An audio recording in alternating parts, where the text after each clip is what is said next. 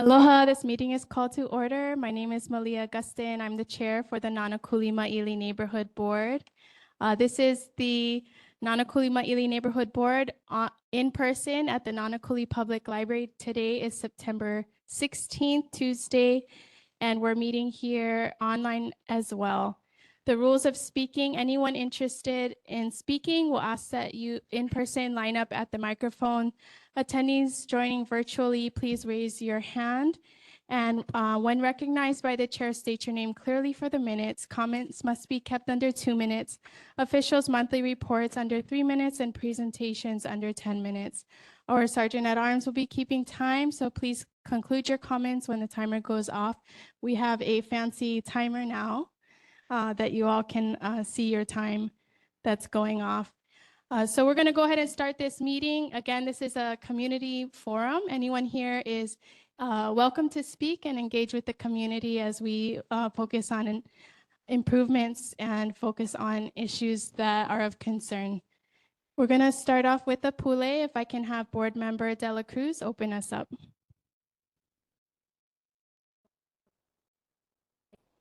Oh, use your microphone, please.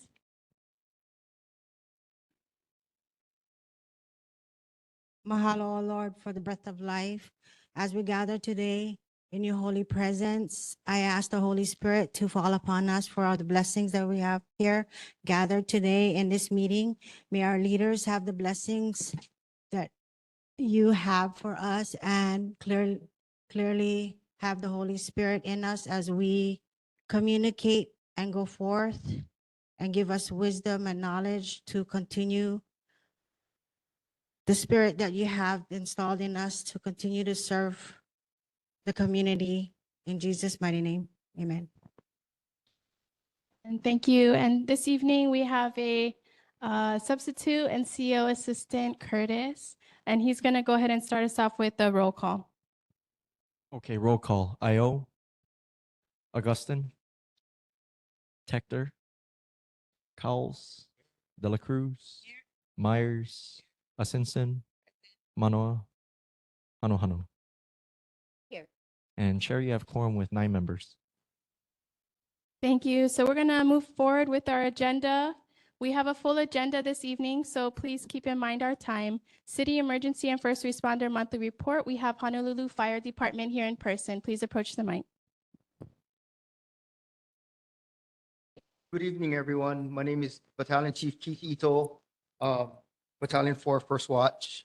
I was at Nānākuli as a captain for about 16 years before that. So let me go over the statistics. Fires, we had 2 structure fires, 5 wildland brush fires, 14 nuisance fires, no cooking fires, 1 activated alarm,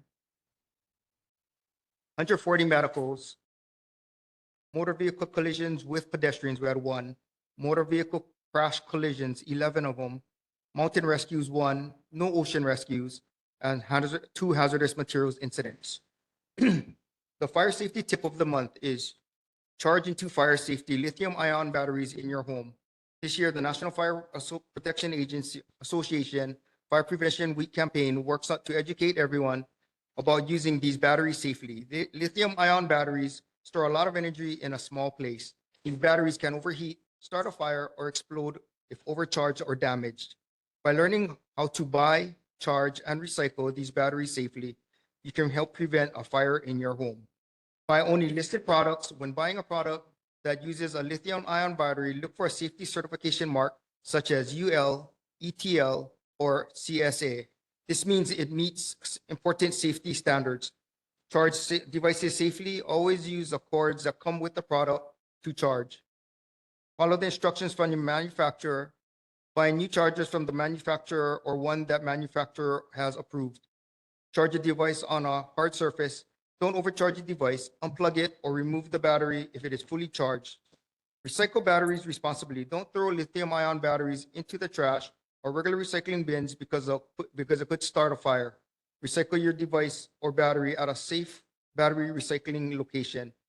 Visit call2recycle.org to find a recycling spot near you. Lastly, the HFD is hosting a Fire Prevention Family Day event on October 4th, 2025 at the Honolulu Zoo from 10 a.m. to 2 p.m. Bring the family to participate in activities and meet our fire and life safety partners. Thank you. Thank you. Any questions from the community for Honolulu Fire Department? Seeing none. Any questions from the board? Board Member Cowles? Good evening, Chief. Thanks for coming. Do you have any, how, can you tell us how, if you know how that fire got started behind Second Safe? Just the other day. I'm not sure about that one. Being at Nānākuli so I'm not speaking specifically about that, but everybody knows there's a lot of homeless in that area, right? So whether it's a cooking fire, 99% of the fires in Hawaii start by human cause, whether it's homeless, accidental, intentional. So if I was to guess, it probably would have been some type of human cause ignition on that side. Any further questions from the board? Seeing none, thank you so much for your presentation. We appreciate your service. Next on the agenda, we have Honolulu Police Department. Good evening, On Madam point. Chair. Good evening, Madam Chair. Officer Pagan, Honolulu Police Department District 8 Community Policing Team. With me tonight is Sergeant Fumi Moroka. We do have your stats for August. In August, we had 27 motor vehicle thefts, 4 in our area. We had 10 burglaries, 1 in our area. 117 thefts, 17 in our area. 17 unauthorized entries into a motor vehicle, 1 in our area. There's a total of 619 citations issued. There's 8,086 calls for service, 1,323 in our area. The only thing that I did want to mention is on Friday last week, we did have a Stop the Violence sign waving with Uncle Ed Warner and the Teamsters and some iron workers in the area of Zablan in an effort to get the community's attention regarding the violence that's been going on in the community. Other than that, I'm open to any comments, questions, or concerns. Thank you. Would you be able to send us a hard copy report as well prior to the meeting? Any questions from the community for Police Department? Please state your name for the minutes. My name is Eleanor. I would like to know when HPD is going to start enforcing the laws that people can't be in parks and beach areas overnight unless it's an actual camping site, because that would have maybe prevented the shooting from happening or get some of the homeless encampments that shouldn't be built up out of those places that are supposed to be for the public to use. Okay, thank you for the question. The HPD, the Honolulu Police Department, as well as Department of Facility Maintenance and Department of Parks and Recreations do just about weekly enforcement throughout the coast, throughout the district, and throughout the island regarding homeless encampments enforcement. Unfortunately, there is an ACLU lawsuit that restricts our actions and how we do things.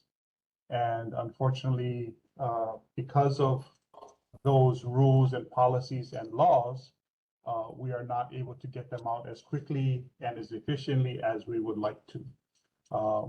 You know, we do like to talk about the fact that Depot's Beach has been cleared for almost a year and a half now. The east side of the pump station area has been cleared for over 6 months now. So we are, the Coconut Grove area has also been cleared out for a while. So we are slowly working to get some of these beach areas back to the community. With that being said, we all know that the homeless are going to go somewhere. So we are working with Councilmember Tupola and her group to try to find housing and shelter and services for these people and trying to get them off the beaches so we can return all of these beaches back to the community. Unfortunately, it's not as simple as us going out, as HPD going out there and just removing people from the parks. There's rules and stuff that we have to follow based on lawsuits that have been filed. And because of that, HPD has things we need to do that we need to follow to ensure that everyone is provided their rights. On top of that, we don't believe that the situation that happened at Sublime had anything to do with homeless and the people that were out there.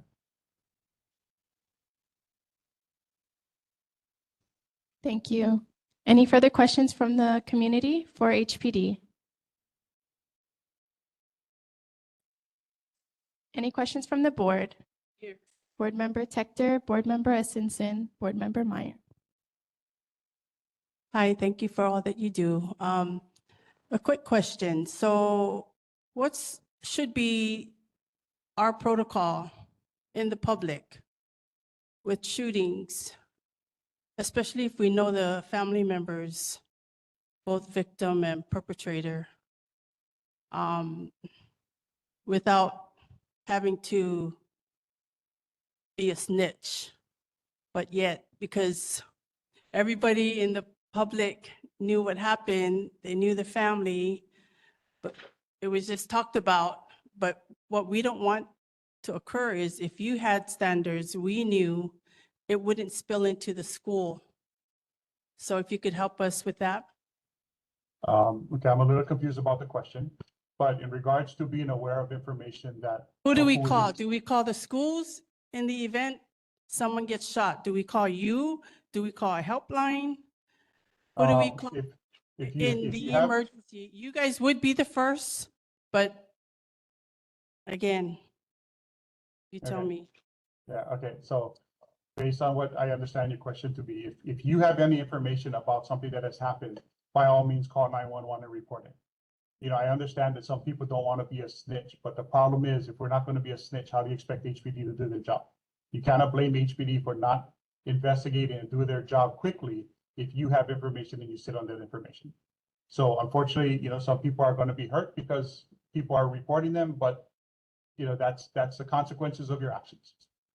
In regards to being aware of whether there's guns in schools, by all means, call HPD first. You can call the schools as well, but I would always call HPD first. You can call everybody else you want after the fact, but if HPD is the last person on the list, you cannot expect HPD to be the first one there to respond. I'm not sure if that answers your question. Yes, thank you. Thank you. Board Member Essenson. Good evening.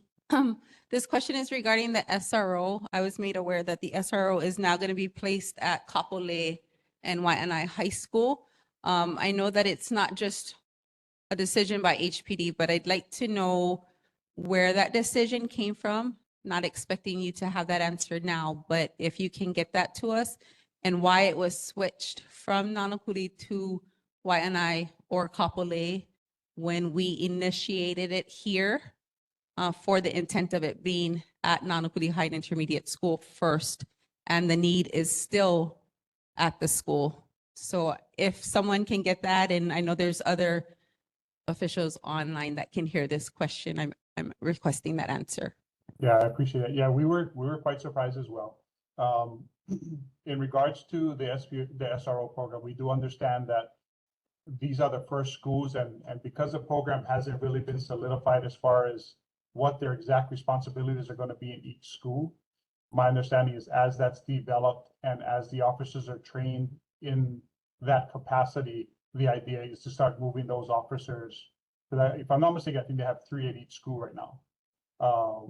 And then once they're trained, then the idea is to move one of them from each of those schools into other schools and stuff like that. So we're still hoping that it gets into Nānākuli. Kaimuki was chosen as well as Kapolei and Waianae. And again, we were quite surprised. So I'm hoping someone might be able to answer your question. I'll try to see what I can find out for you tomorrow. Board Member Myers. Thank you, Chair.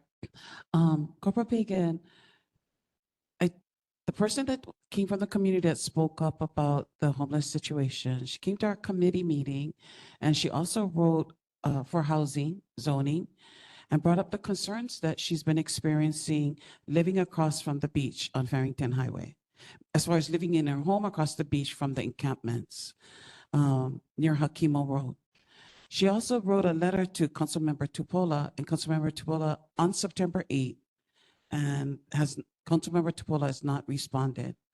I also forwarded her email and my concerns as far as that I believe that Councilmember Tupola will, have a resolution, a solution or resolution, have it resolved soon, because the homeless encampments, she's been pushing it to a specific area across Hikima Road by doing the cleanups, etc. It is now condensed across from Hikima Road. A community member approached me at a Land and Water Committee meeting and explained to me that she lives in Garden Grove and she has videos of homeless people coming in front of her home, stealing things, taking water from her hose, etc., but also having sex and fornication. So this is expanding over, not from staying on the beaches. So I'd like to ask that question so that we can get an answer for that community member, what she should do with the video. Should we email it to Councilmember Tupola? Should we email it to you or someone in HPD in order to have follow-up? But also, I'm hoping that the Parks and Rec, since it is an issue that's happening on the Parks and Rec, parks in our community, that the Parks and Rec committee will take it up on their committee and HPD will give them reports of when there's cleanup or anything related to the parks. Like if there's reports as far as incidents on the park, because you don't give us specific incidents when it comes to the general one at the board meeting. I'm hoping that we can start tracking and seeing that and not waiting for a shootout or killings at the beach park, but see that our beaches are becoming safer instead of continuing to be status quo, etc. Okay. Thank you. Thank you. In regards to the area in front of Hakima Road area, my understanding is we have a scheduled cleanup for November 8th, a community cleanup. We're going to be doing, the city's going to be doing a cleanup on the 8th, the Friday, the 7th, I believe. The community, Andrea, Councilmember Tupola is having a community cleanup on the 8th. The thing with that area, because of the size of the encampment and the amount of people there, we're working with DPR to get basically island-wide staffing and equipment to clean up that area. It's not something that can be done with the Waianae District Parks personnel because of the amount of accumulated trash and property and stuff like that. Councilmember Tupola is working with them to try to dwindle the numbers. So hopefully when we do go in, there's a lot less people there that are looking for housing. In regards to someone having video, again, if people don't report it to the police, you can have the greatest video in the world, but the police can't do anything. If you have video of people stealing property, then call 911, make a police report, submit the video as evidence, be willing to prosecute. Again, HPD does have rules, and we do have laws that we have to follow. We cannot go and arrest someone for stealing something if the person who had that item stolen does not want to go to court and make a case against this person. All we're going to do is document it and let the person go. So there needs to be some follow-up on the victim's part. In regard to people having sex and stuff like that on the property, if they call when it's happening, we can go down there and, if possible, arrest them for the indecent exposure. If not, at least if we have a property manager, someone that represents the property, we can trespass it from the property. And that way, if they come back, we can arrest them from there.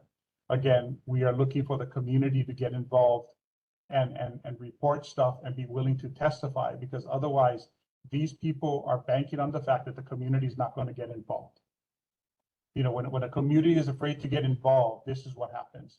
You get people that are going to continue to do whatever they want to do, knowing that the community is not going to stand up for themselves and report this and be willing to prosecute and press these charges against these people that are doing this. You know, in regards to the stats, again, like we mentioned many times before, the stats are standardized across the department, across the island of what we report, because those are trackable and stats that we can look at and look for trends. For us to go down and try to look through 8,000 calls for service, 1,300 within the district, and for me to have an officer that goes through that and try to find which ones were actually involving a homeless person or which one were involving the beach and stuff like that, you're looking at me taking 2 of my officers off the beach or off the parks or off the road for a month at a time so they can get you the stats. We report what we can in regards to things that we've had investigations are closed. We cannot report on things that are openly being investigated other than what the public knows. And again, we direct everybody to the HonoluluPD.org website for crime mapping to look for other information regarding crimes in the area for a little bit more detail. But again, we need the community to get involved. The community cannot, unfortunately, I wish I could say we'll just rely on the police department to solve everybody's problems. But like I said, if HPD knew where the shooting was going to be at Zablon that night, we would have been there. But just as much as if I knew that the victim's family, if they knew there's going to be a shooting there that night, they wouldn't have been there. We cannot predict the future, so we need the community to get involved. We need the community to take back their beaches in that sense as well, and allow HPD to do their job, but understand that we do have rules and regulations that we have to follow as well. Thank you, Corporal Pagan. I just want to put on the record and keep note that it's going to put our community members in danger when they try to either follow the person to try to get identification. These people, when they're gonna, I don't want them to run across the street, what's your name and everything, call HPD just to try to make a legitimate report. I would want them to stay out of harm's way, but it's because they're, looking for things. I mean, another kupuna told me at Princess Kahano, she lives there, and there's also people coming into their area. But anyway, I'm hoping this is a systemic problem. And for the housing committee, I had invited and asked for Jun Yang to come to our committee. And all we got from that is, you can talk to our assistant. When I had gone to State Capitol and talked to that assistant, he never transferred the request for John Mizuno at the time. So I don't trust that I can even get my request up to Jun Yang. So, I'm just trying to get it at the community level for us to sit at the table and talk about solutions. But it's, yeah, I totally understand. And again, we wouldn't recommend or we wouldn't suggest that people follow people to try to get that information. But as you said, this kapuna has video. If she has video, she doesn't have to get their name. We can work on identifying the person if she has a video that shows the person doing things and turning that and submitting that. We're not asking people to chase people down. Thank you. Corporal Pagan, I'll get the video to you. Mahalo. We'll just start there. Mahalo. Thank you, Board Member De La Cruz. And then we have a community concern. Hello, I'm Austin Salcedo. Corporal Pagan, Sergeant Fumi, and Lieutenant Carrera, are you on board? On piggybacking Board Member Jermaine Myers here. She is right. The people actually should not be getting involved. We have posted signage of no trespassing government property. It's cited Hawaii Revised Statute 704-814. That law is all over this island, and it prohibits anyone unlawfully blocking public access throughout our public area spaces. So what I think right now is not the public's interest on this, it's our judicial problem. It's higher up, where it's becoming a revolving door. So these people who's been cited, habitual criminals that's violating our Hawaii Revised Statute. That's violating that habitual, but it goes to the judicial and it gets squashed. They come right back to the beaches where they began. So I think it's our state level, not our legislature. They already got the rules out there. If HPD do not have the workforce, please collaborate with state law enforcement, because Hawaii Revised Statute is a state law that is governed on our city beaches, city land.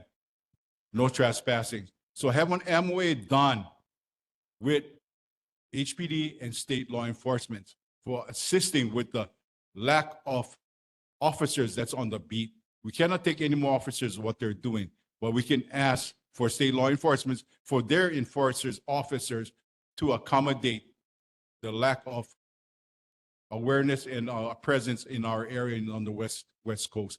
But Hawaii Revised Statute is being violated. It's our state officials, our governor, and judicial.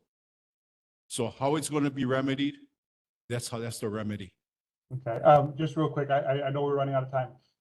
Please invite me to your next parks meeting, and if anyone's interested, I will explain to you the guidelines and the rules that HPD has to follow in regards to dealing with the homeless. Because apparently a lot of people don't understand that there are things that HPD and the city has to do based on a lawsuit by the ACLU that requires us to follow certain rules when it comes to cleaning up a beach.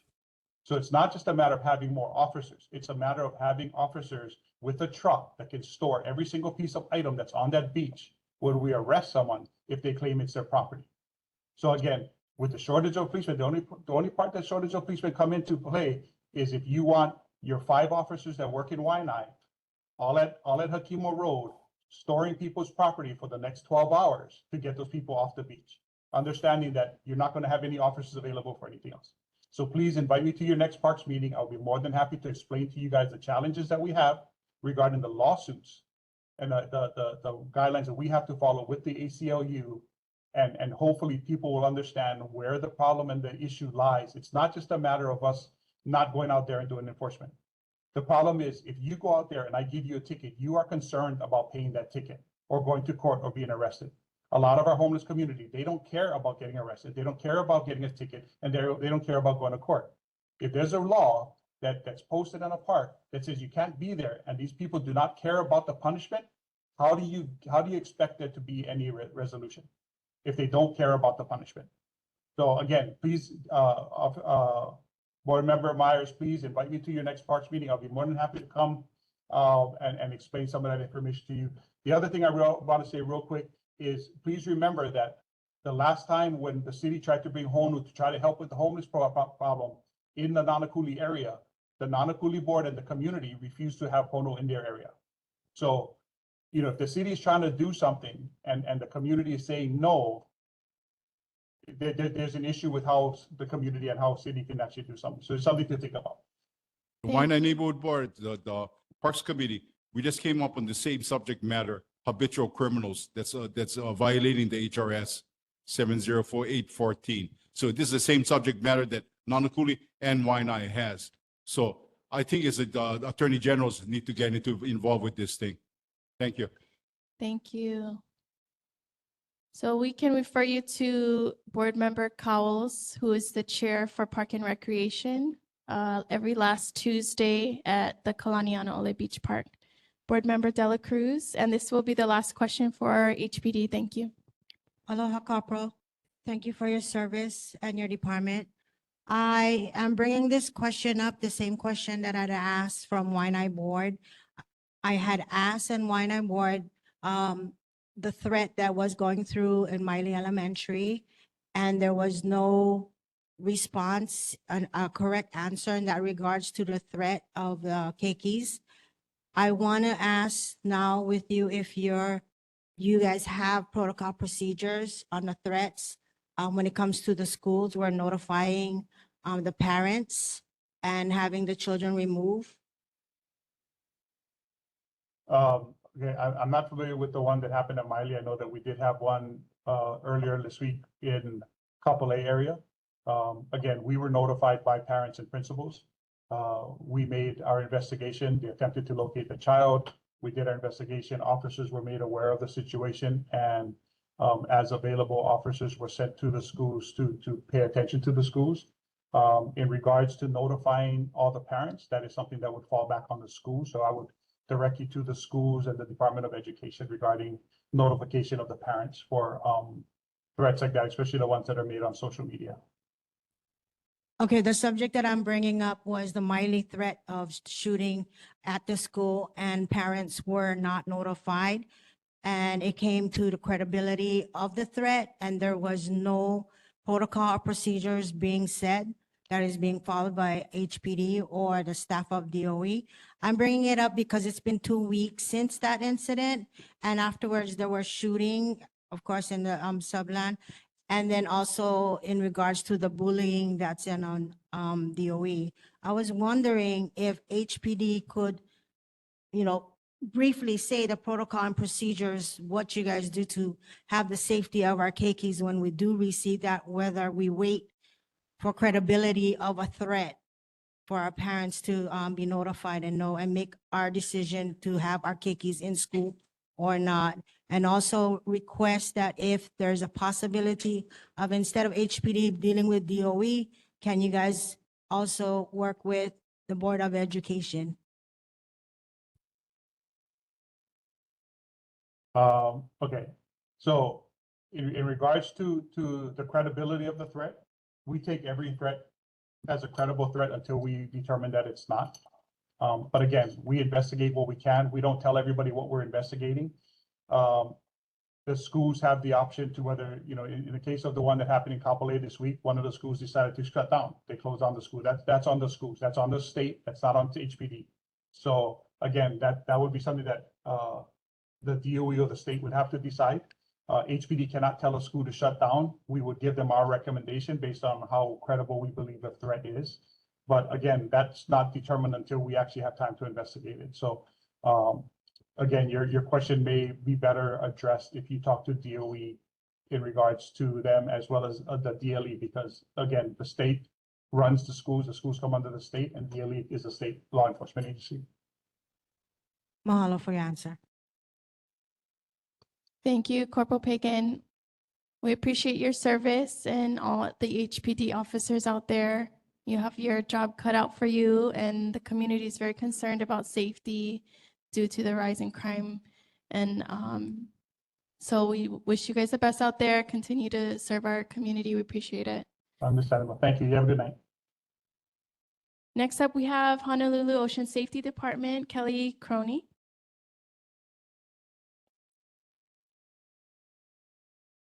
Thank you, board, for having us here again. Give you the stats for last month, August.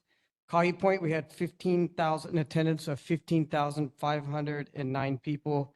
We had 2,490 preventive actions, and we had 169 minor first aids. Nānākuli, we had an attendance of 30,000. We had 5,569 preventive actions, 235 first aids, and we had a public contact of just a little under 4,000 public contact. Depots, we had an attendance of 8,100. We had a preventive action of 760, 81 first aids. And Maʻili Beach Park, we had a total attendance of about 40,013. We have 3,135 preventive actions and 201 minor first aids and a little over 5,000 public contact. Some of the calls that we have, Ocean Safety had 266 911 calls. The whole leeward coast, we had a total of 32 911 calls, which is about 12% of all the 911 calls that went to Ocean Safety for the leeward side. We did have a drowning by Paradise Cove, a boat flipped during the large south swell. We had routine rescues at Kauai Beach Park. We had a swimmer in distress at Kauai Beach Park. Again, we had multiple rescues at Maʻili Beach Park during that large south swell. Sorry, I'm just trying to get my notes. We had another knee dislocation at Tower 41. We had 2 males fighting in the bathroom at Tower 41, and we also had 2 males in a vehicle fight down by Kauai Point. It was a busy month. And if it's possible, I'd like to leave the board my email and phone number. You guys need to get a hold. I'll be gone for next month's meeting, but I'll have somebody filling in. Okay, thank you. If you can send us a written report for next month that we can stay. Yeah, I'll have somebody coming from WTA for me, but I can leave my number and my Yes, email yes. address. Perfect, I'll take that. Any questions from the community for ocean safety? Any questions from the board? Board Member Cowles? Thank you for coming. Did you get any response on when they're going to replace your aging watercraft? Oh, the skis. The skis. So we have skis, they're in. We have an employee that's actually certified mechanics that we're gonna be doing preventive maintenance. So of our skis, we modify the skis. We put a double impeller. It takes in water, so we have more power to pick up people and outrun waves. Once we modify anything, once you drill one hole in the ski, you just voided the whole warranty for Yamaha. So we have somebody that's doing, the program already started preventive maintenance on the skis and trailer. Because I know you had some personnel go ahead, drive all the way to town to take parts off of some of the old skis and bring them out here and fix the ones they got out here. So I was just wondering if they're going to be replaced anytime soon. Yeah, regular service now. Any further questions from the board? Board Member Myers? Oh, Board Member Ayo. It's referenced what was considered a drowning At, at depots. at, Paradise Cove. There was one at depots here, just outside here, where a body was found floating in the water. That was last month, I believe. The one by KFC, that one. Right across from McDonald's was one. Yeah, Yeah, that was, the boy July. was in a Hawaiian gentleman, about 42 years of age. yeah, yeah. Okay, found. Do you know the circumstances of that drowning, or is it I don't know the circumstance. It was more of a body recovery for us. for you folks, right? Yeah, yeah. So any police reports then, or ocean safety report? It goes to the medical director, and then I don't get a copy of it back. It has to be our upper staff that gets a copy of it. So a report would be written by HPD then, It, not you folks. we write a report, incident report, and it goes to the medical director. And I Okay. believe we followed up. I believe HPD took our statements. I'm positive. Okay, Yeah. and that was one. The second one was a female. There's a second one now. There's two altogether. One Yeah. there here, right across at Yeah. Depot. The other one was at Māʻili. There's another one at Māʻili, or I would say not Māʻili, but between Hakimo Yeah, and Uliawa Bridge, someplace in that area. There was another female body found out floating in the water. yeah, body recovery, yeah. Yeah, a body recovery? Yeah. Do you have a report on? If I do, I have to get it from my boss. It went to the medical director. Yeah, there was two, yeah. Can we get a copy of that? So, I'll have to ask him if I can release it, because it's not okay, no, I Ocean. understand. Yeah. It's people's names and stuff. We don't need, I think they can redact the names. We just want to see the copy of the report in regards to how that occurred. It's basically what we want. Yeah, And from what I understand, from what I know, there's a bomb shelter out here, still sitting on the beach, where one of the people that was in that bomb shelter, when the big waves was out there pounding the sand, that the gentleman was found, not found, but close to it because he was trapped in it.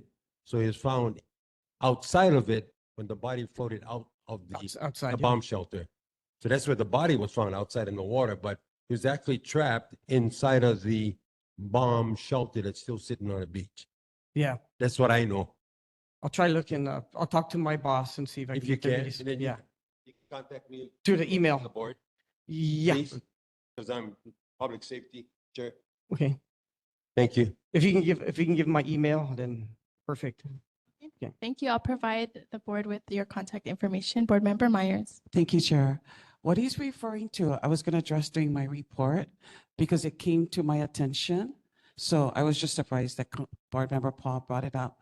But because we're still we don't have any evidence that the bunkers was the cause. There was nobody with him that said he got trapped in the bunker. So I'm working with the officials as far as Rep. Kila has already asked for Department of Parks and Rec and DLNR to have those bunkers removed, etc. So it's a process. You know, community members brought it to my attention, and then I shared it with the committee, and it's just a process to get through it. So I'm also been working to get the reports. So I'm just kind of surprised that it's been brought up because I don't want the community to believe that somebody got trapped in there In the bunker. because we don't have any evidence. Both deaths were unattended. There were homeless individuals that were unattended. But their family members know the last thing was that they were sleeping in those bunkers. Since that time, other people have been sleeping in the bunkers. And so I understand that we want to make it aware, but I don't want to give out a false alarm. But also we're working with the officials. And even with the homeless individuals that have been telling others not to sleep in there, they still go there and they're sleeping in there. So I've made the officials aware of it, the senator, et cetera. And it's just a matter of it getting resolved as far as to remove the bunkers. So I just don't want to make a false claim that Yeah, that bunkers was the cause. He got trapped and that's what made him, because nobody was with him. No, I mean, so, you know, I just don't want to spread false information. So Okay. that's all. Thank you. Thank you. Yep. Again, the beaches are very crowded and you folks have a lot on your Yeah. plate, so we appreciate you doing the service that you do, keeping our beaches and parks safe. Thank you so much for your report. Okay, thank you. Next on the agenda, we have state officials' monthly reports. Governor Josh Green's representative, Department of Agriculture Chair Sharon Hurd.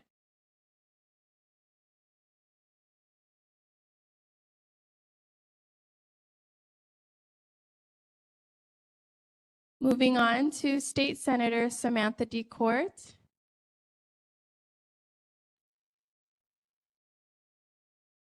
Hi, good evening, Chair and board members. My name is Bronson Myers, representing Senator DeCourt's office. She apologizes she's not here, she's traveling. But I just want to reiterate regarding the email that you folks got regarding the sirens. So just to put it on record that Haima has notified her that the Nānākuli siren across of Princess Kahanu, is commenced to scheduled and commenced to be fixed on October 6th. And then we have also Mauna Lahi Lahi and Makaha. That one is September 23rd. And then we have Kaena Point on September 25th.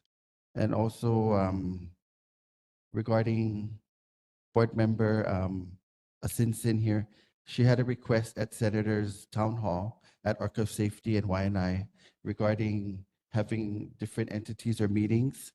But she would like to urge everyone to come to the neighborhood board meetings so that they can get all the information at the same time, all together with state, city, and federal.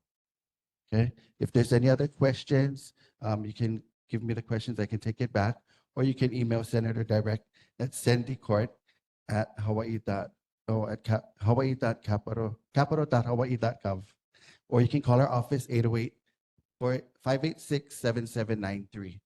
But if there's any questions, I'll leave it open for you folks to ask. Any questions from the community for Senator DeCourt's representative? Any questions from the board for Senator DeCourt's representative? Board Member Cowles. I don't have a question, but I just want to relay my message to Samantha, if you can. Tell her that I thank her very much for all what she's doing, trying to do, help me out with my neighborhood over there. She knows the problem we're having over there. So I just wanted to make sure she gets that message that we really appreciate that. All right. Thank you. Any further questions? Johnny May Perry online.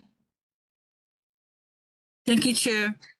I'm not sure if the senator is aware, but I heard that the DOE had 3 homeless liaison position and one was taken away. I'm not sure if she's aware of that. With the number of homeless we have in the community, the children, that loss of the one position needs to be rescinded back to 96792. Thank you. All right. Thank you, Ms. Johnny May.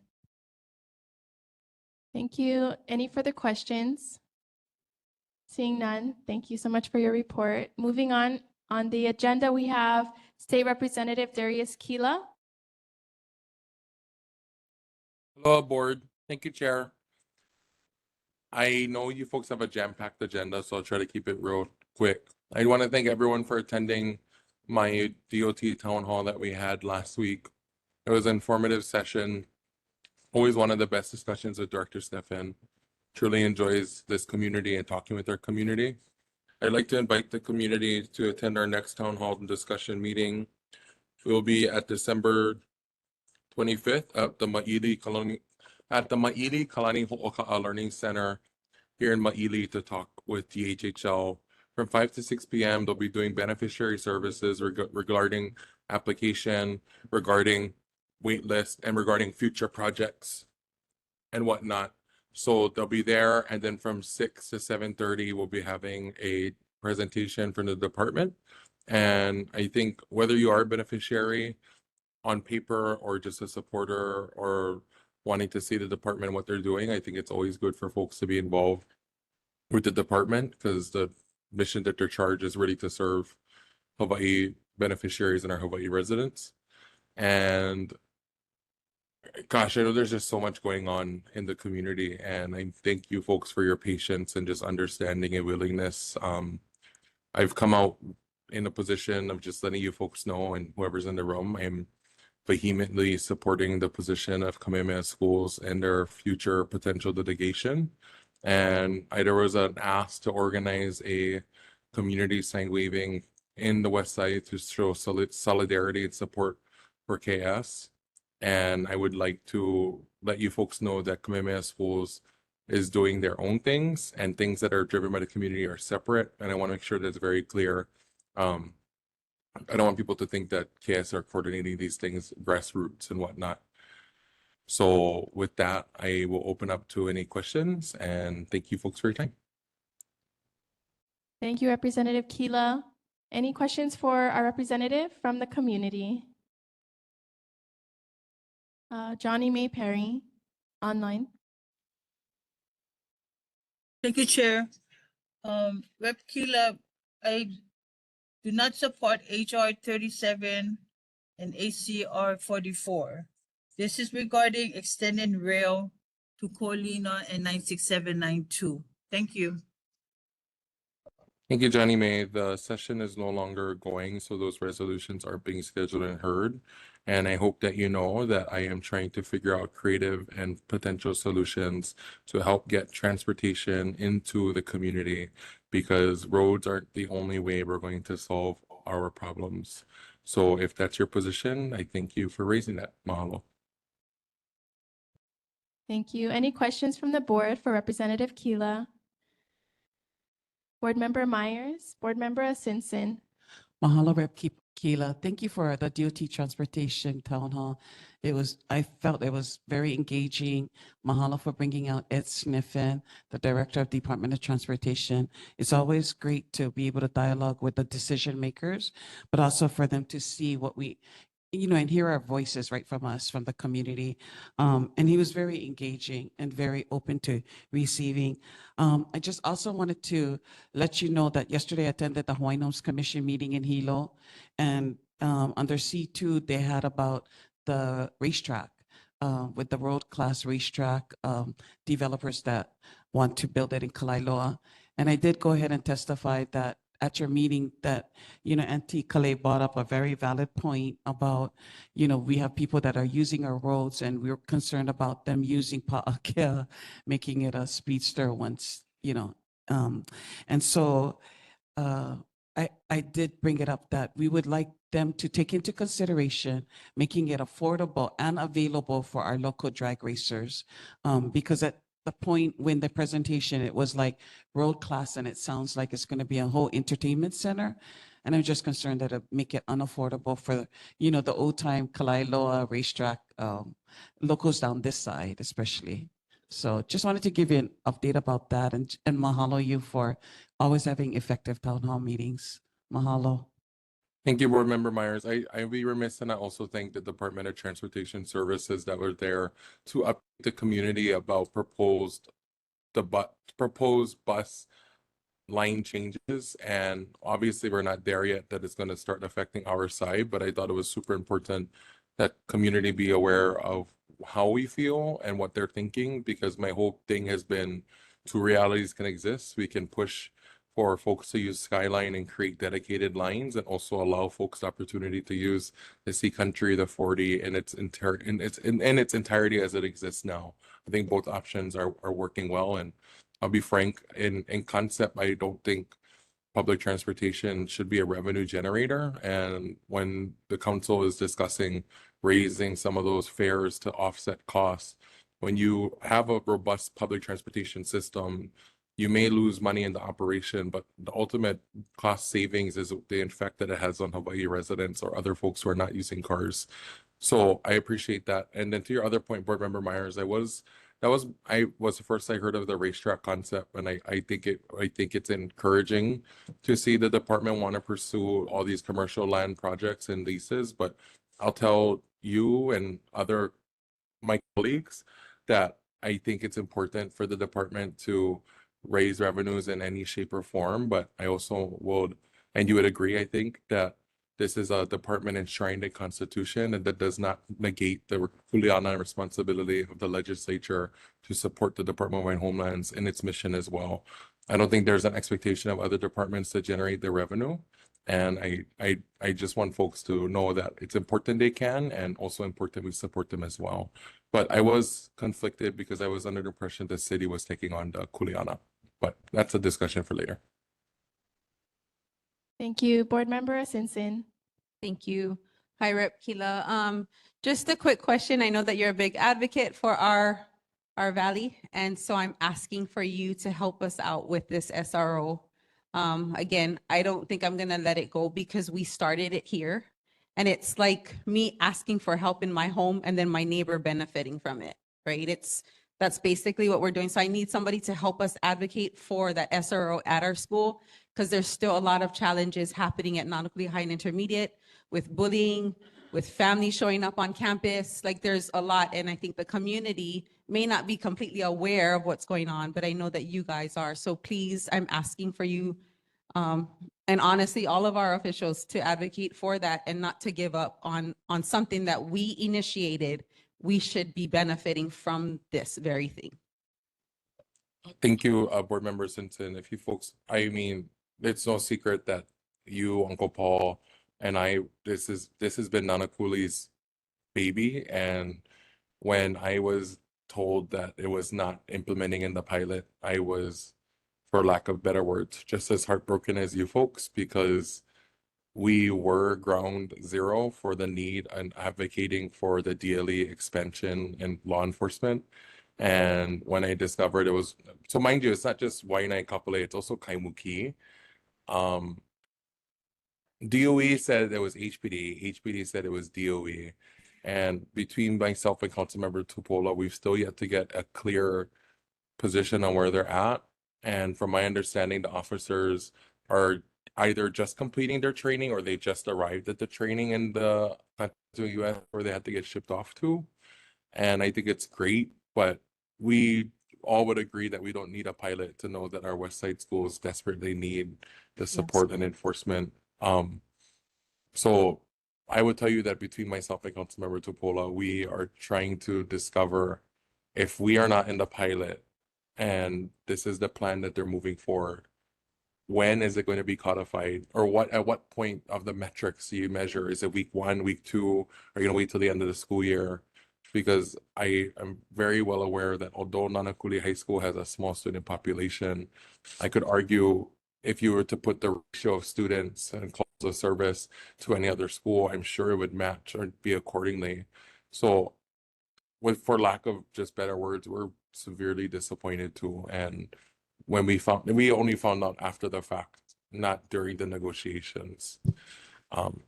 So trust me, board member, I am just as heartbroken as you, and me and Andrea are trying to figure out a resolution to get this into our school that deserves it, but also was the brainchild for it. Board Member Tector. Thank you. Thank you, Rep. Kila. It really may not need a response, but I'm piggybacking on what Simpson says. At the time, the chair was education, and we drafted that petition.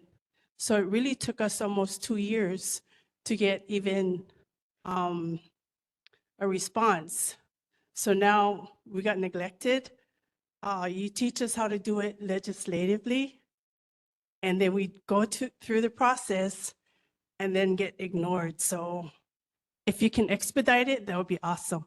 Thank you. And by the way, if Keith Hayashi, our BOE superintendent, whatever, he makes, I can't begin to tell you, he could probably support us financially. All of them get big bucks, more than probably you. Okay, thank you. Thank you, Board Member Tector. And to your point, I also think it's frustrating that we went the route with HPD instead of trying to utilize DLE, but I don't know if that's going to come out during the pilot, that maybe it's better suited that the state could staff the SRO program, noting the restrictions of HPD staff? Because from my understanding, we're bringing on 90-day or 89-day hires to fulfill it until the position is codified. So I am sorry, Board Member Tector. And I thank you folks for really this board working with us in lockstep to get to the point that we're at. I want to feel very, I'm conflicted because I'm happy that it's finally coming to fruition after a year and a half, but I'm also hurt that we were not in that final pilot. Thank you. Seeing no further questions, thank you so much for putting the extra effort and sign waving and helping with getting information out into our community. Thank you, Chair. Mahalo, Board. Next on our agenda, we have Department of Hawaiian Homelands Representative Diamond Badajos.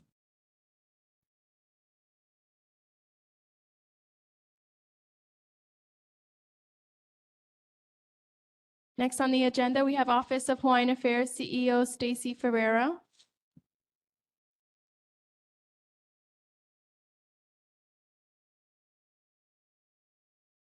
Okay, moving on to our presentation segment, we have the Board of Water Supply, Fire Hydrants for Private Roads, Kathleen Pahinui, and, Aloha, everybody. Ernie Lau, Honolulu Board of Water Supply. Oh, wow.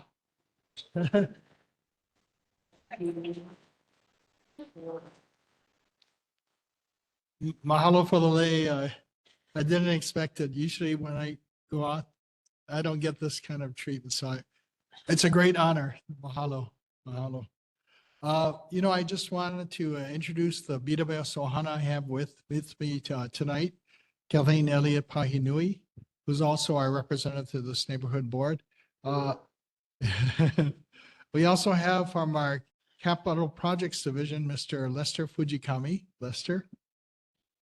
And Dominic Diaz from our Long Range Planning Branch of our Water Resources Division. So we'll talk about a project that we are proposing for Kaukamana Road. It's a private road. And this is as a result, and I thank my fellow city workers from the Honolulu Fire Department, Battalion Chief Ito and his team here. This is a result of the Maʻili fire that held recently that I was away on a business trip and I got the alerts on my phone, and first thing I did was to call my staff to get into the emergency operations center at the city of DEM because it was looking very serious. And because of that, we looked at the availability of water lines and fire hydrants in that area. And I'll just share a few slides. Next, please.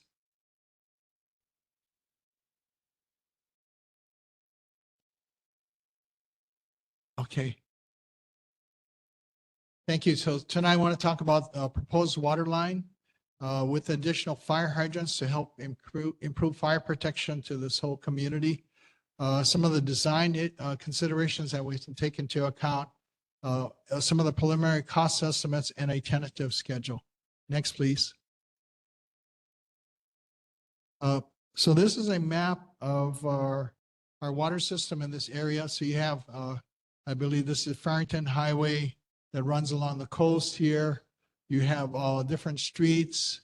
I think this is St. John's, Maliona Street, and Kaukamana Road. So the black dots with the numbers represent fire hydrants in this area. And the lines in different colors represent the different pipelines that connect to those fire hydrants that help supply water to it. On Pa'akea Road, which is right here, it's connected to a 20-inch diameter transmission main. So fire hydrants out there, we can expect maybe about 4,000 gallons a minute out of those fire hydrants. As you get into the more residential areas, the pipelines are smaller because the transmission main is used to move water across our system to supply the whole coastline.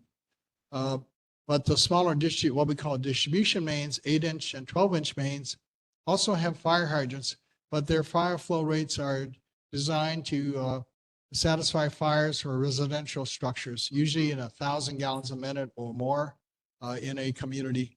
And while we space them more tightly in this area because it's strongly residential in this area, the distance between fire hydrants is typically 350 feet apart. But as you get into the ag areas or the rural country zone areas, then the spacing becomes further based on our standards of like 700 feet between fire hydrants. So what happened, I think the fire occurred in this region here and it moved down through the community coming from starting maybe on Pa'akea Road, and Battalion Chief Ito can answer any questions about the fire. And then HFD was challenged. I've heard that they had to drag maybe 2,000 feet of hose, 1,800 feet of hose to get from the nearest fire hydrant to fight the fire. And I'll just say that, we want to improve on how we can do this, how we can support HFT. Our water system has developed over 100+ years in different areas of the system. It's an island-wide system, over 2,100 miles of pipeline. The fire protection of fire hydrant spacing has changed over time. So with the current standards for a single-family residential area community, it's about 350 feet apart between fire hydrants. But for the ag areas, it becomes a lot more, about 700 feet apart. The color circles here in pink and in blue represent circles of diameter of 700 feet, and in this area, diameter of 350 feet. But you can see just basically looking at the colors, this area doesn't really have good fire protection from fire hydrants. So our proposal is to actually install a brand new water line on Kaukaumana Road, stretching from here all the way to here. And also probably adding some pipelines along these cross streets at various locations and include fire hydrants. And even if it's ag zone area, our intent is to actually decrease the spacing between fire hydrants, not change our standards, but in high fire risk areas like this whole leeward coast, put those fire hydrants 350 feet apart. And that'll give HFD a better resource to the community. Next slide, please. So what we're looking at here are some of the design considerations when we propose a new water line. In this area, Kaukaumana Road, it's about, what we're looking at is about a mile of new pipelines and fire hydrants to go in. Our challenge is they're private roads. They're not owned by the city and county of Honolulu. So when we put a water line in, we want to make sure that we have permission to put that water line with fire hydrants and water meters in the private road. So some of our challenges is going to be to figure out who owns the various roads, Kaukaumana Road and all the side streets there, and how to work with those landowners to be able to acquire an easement from them. Other issues are when we go into private roads, does the city maintain the road? Because if the road is not well maintained, then when we dig up the road to put the fire hydrant in and we try to patch it, the road will look better where the patch is, where the water line is, but the rest of the road will be in a poor condition. And then we'll get all the complaints about why don't you fix the road? You put the water line in, you should fix that road. So we really want to go where the city Department of Facilities Maintenance actually maintains the private road. And I understand, I think some of these streets like Kaukaumana Road might be city maintained too. The other thing that we need to think about is we have customers that we serve in this area already. And from where their water meters to where their house is, they run small private pipelines to connect to their homes. So as we put the new water lines in, our intent is to actually relocate those meters as close as possible to their properties. So they won't have to do and be responsible for these long pipelines in the future. I just pause there if there is any questions at this point, up to this point. Any questions from the community regarding the current presentation? Please approach the mic, and you can approach the mic.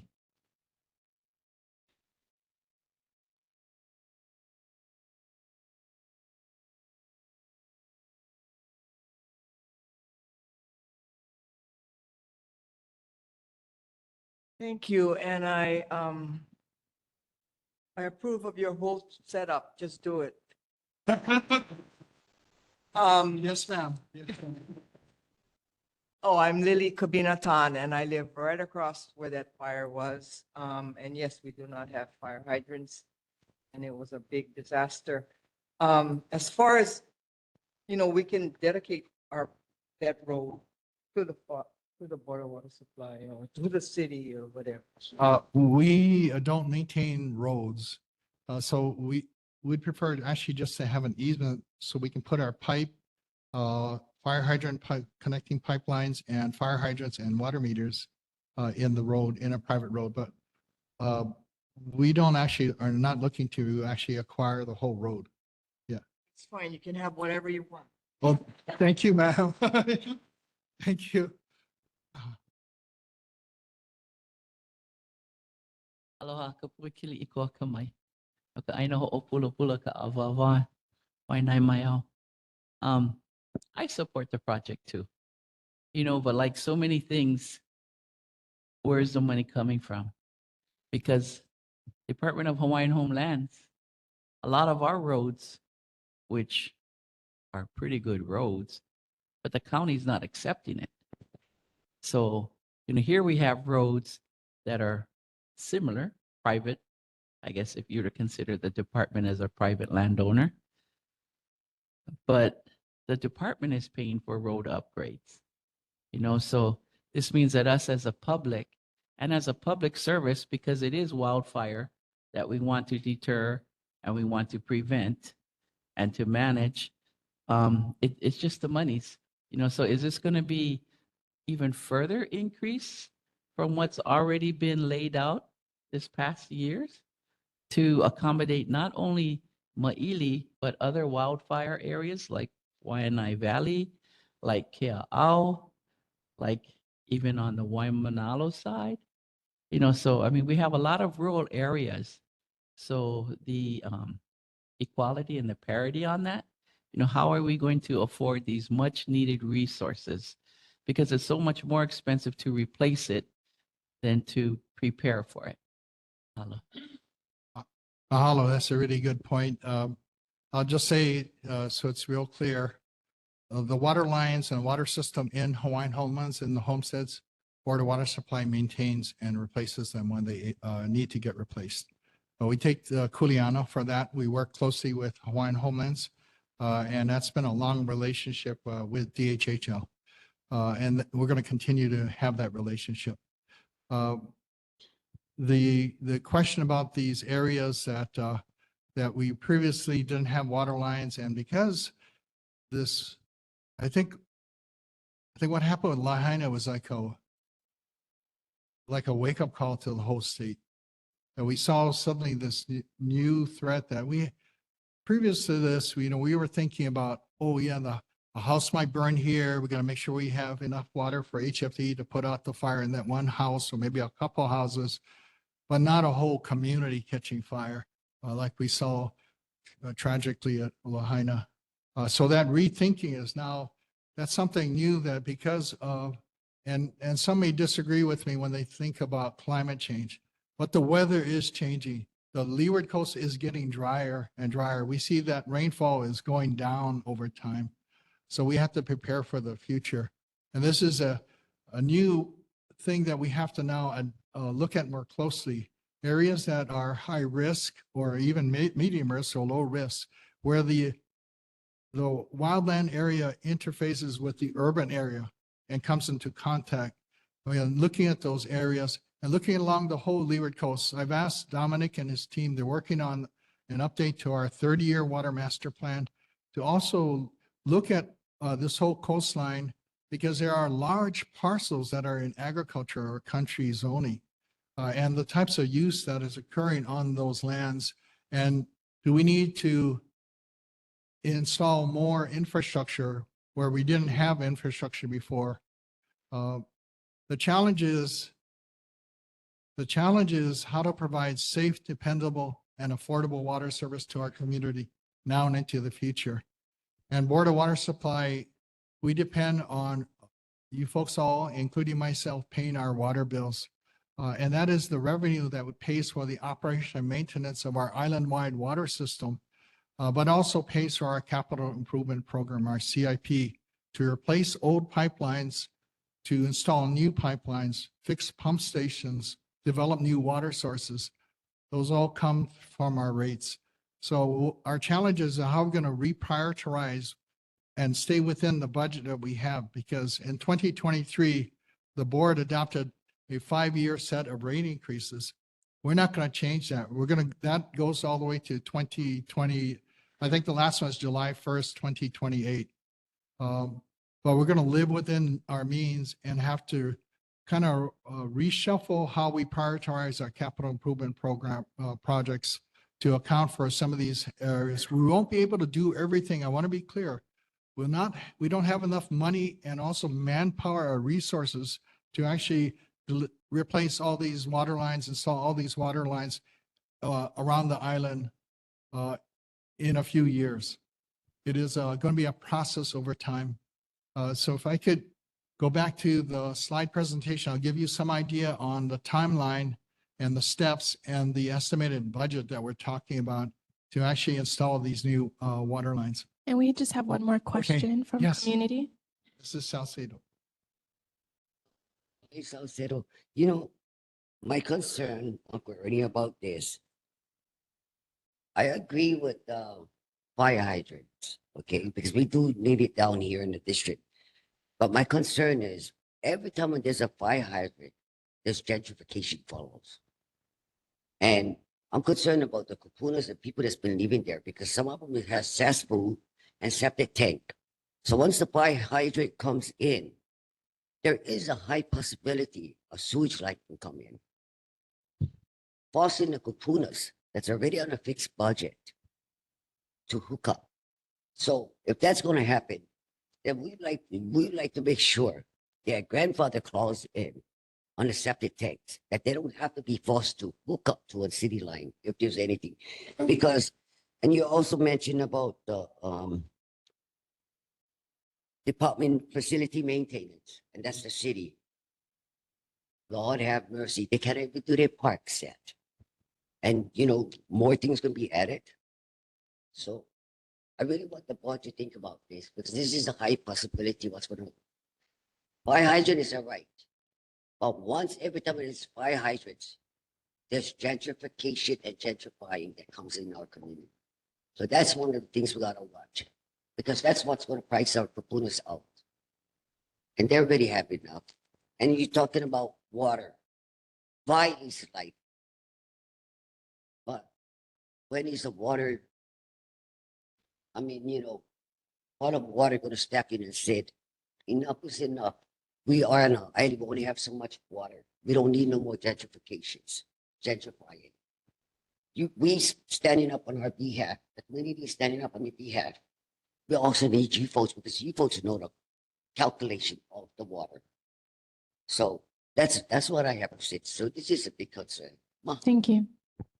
Mahalo for that concern, and she's absolutely right. You know, when you build infrastructure, I can't speak to the sewer lines because that's under a separate city department, but we'll take that back and share that with the director, Dr. Roger Babcock, about that question, because our intent is to actually put this water line in to improve water service to the area and fire safety.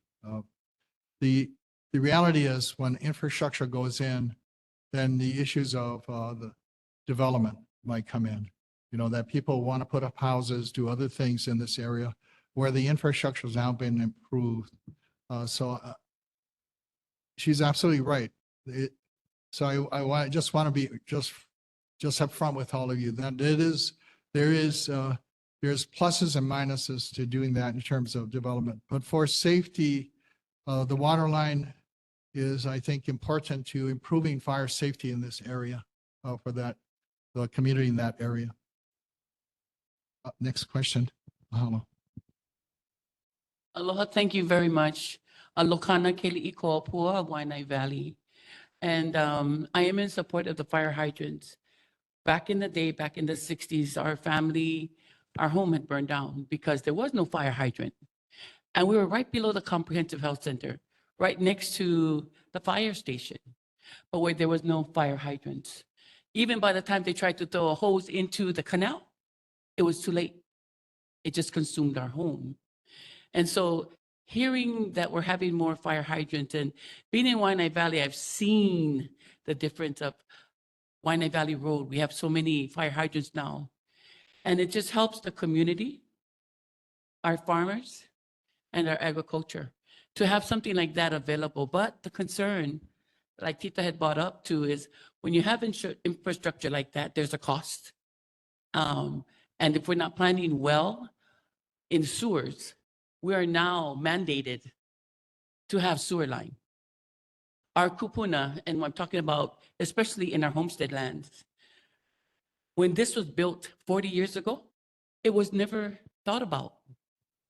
And it's something that we need to learn from when they're developing projects, not just for DHHL, for private, but I'm concerned for beneficiaries. Our kupunas never had this foresight of seeing this. So to afford sewer line, it's out of our reach. And so our president, Jan Makepa, has really been trying to tie in, with other organizations on trying to make it work. But it is a lengthy process. But how important it is to have fire hydrants is super important. But to consider the cost, because we know it comes back to us as individuals. We're getting outpriced in everything, but things have to happen. I just wanted to thank you for your continued work. And we know how important when you think about how that forest and things are happening, when they take away our forest, that water up there, it makes a difference in the flow coming down. Mahalo. Mahalo, Auntie.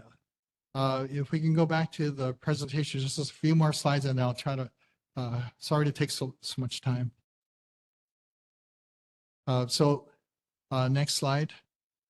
Okay, so we do have a bigger CIP, but I'm going to be pushing and recommending that this project be set as one of our priorities for our next year's CIP. It is subject to the Water Board's approval. They approve our operating budget each year and our CIP each year. Funding sources, we'll look at different types of funds, try to reduce the cost of, say, if we had to take out a state EPA loan at a low interest cost, float bonds, use other money that we have.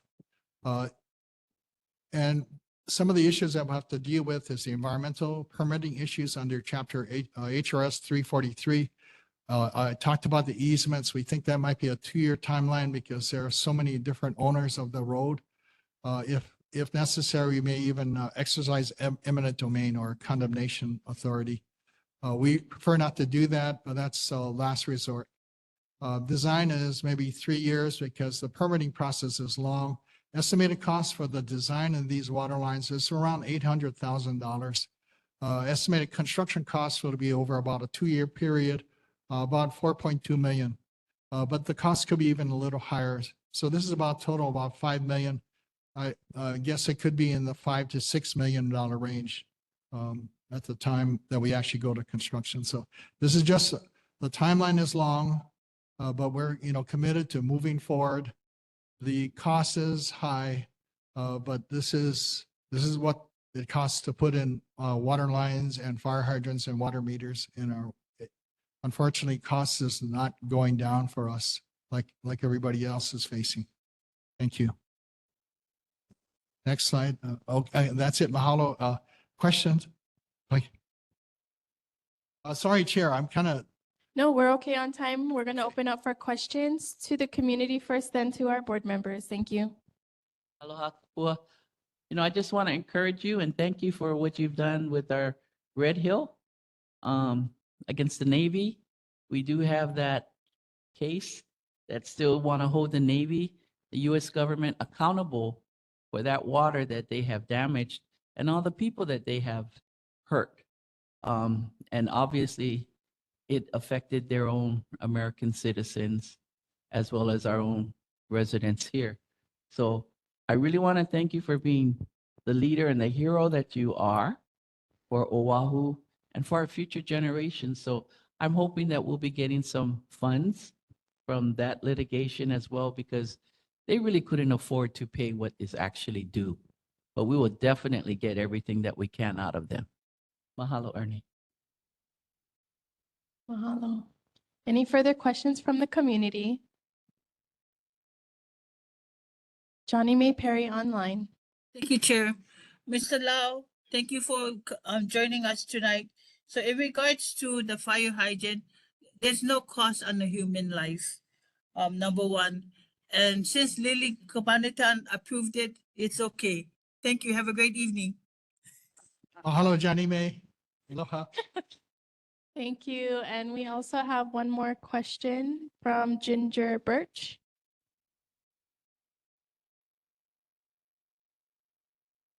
Oh, no. Oh, Oh, no question. okay, okay. Okay. Thank you. We're going to open up questions for the board. Board Member Cowles.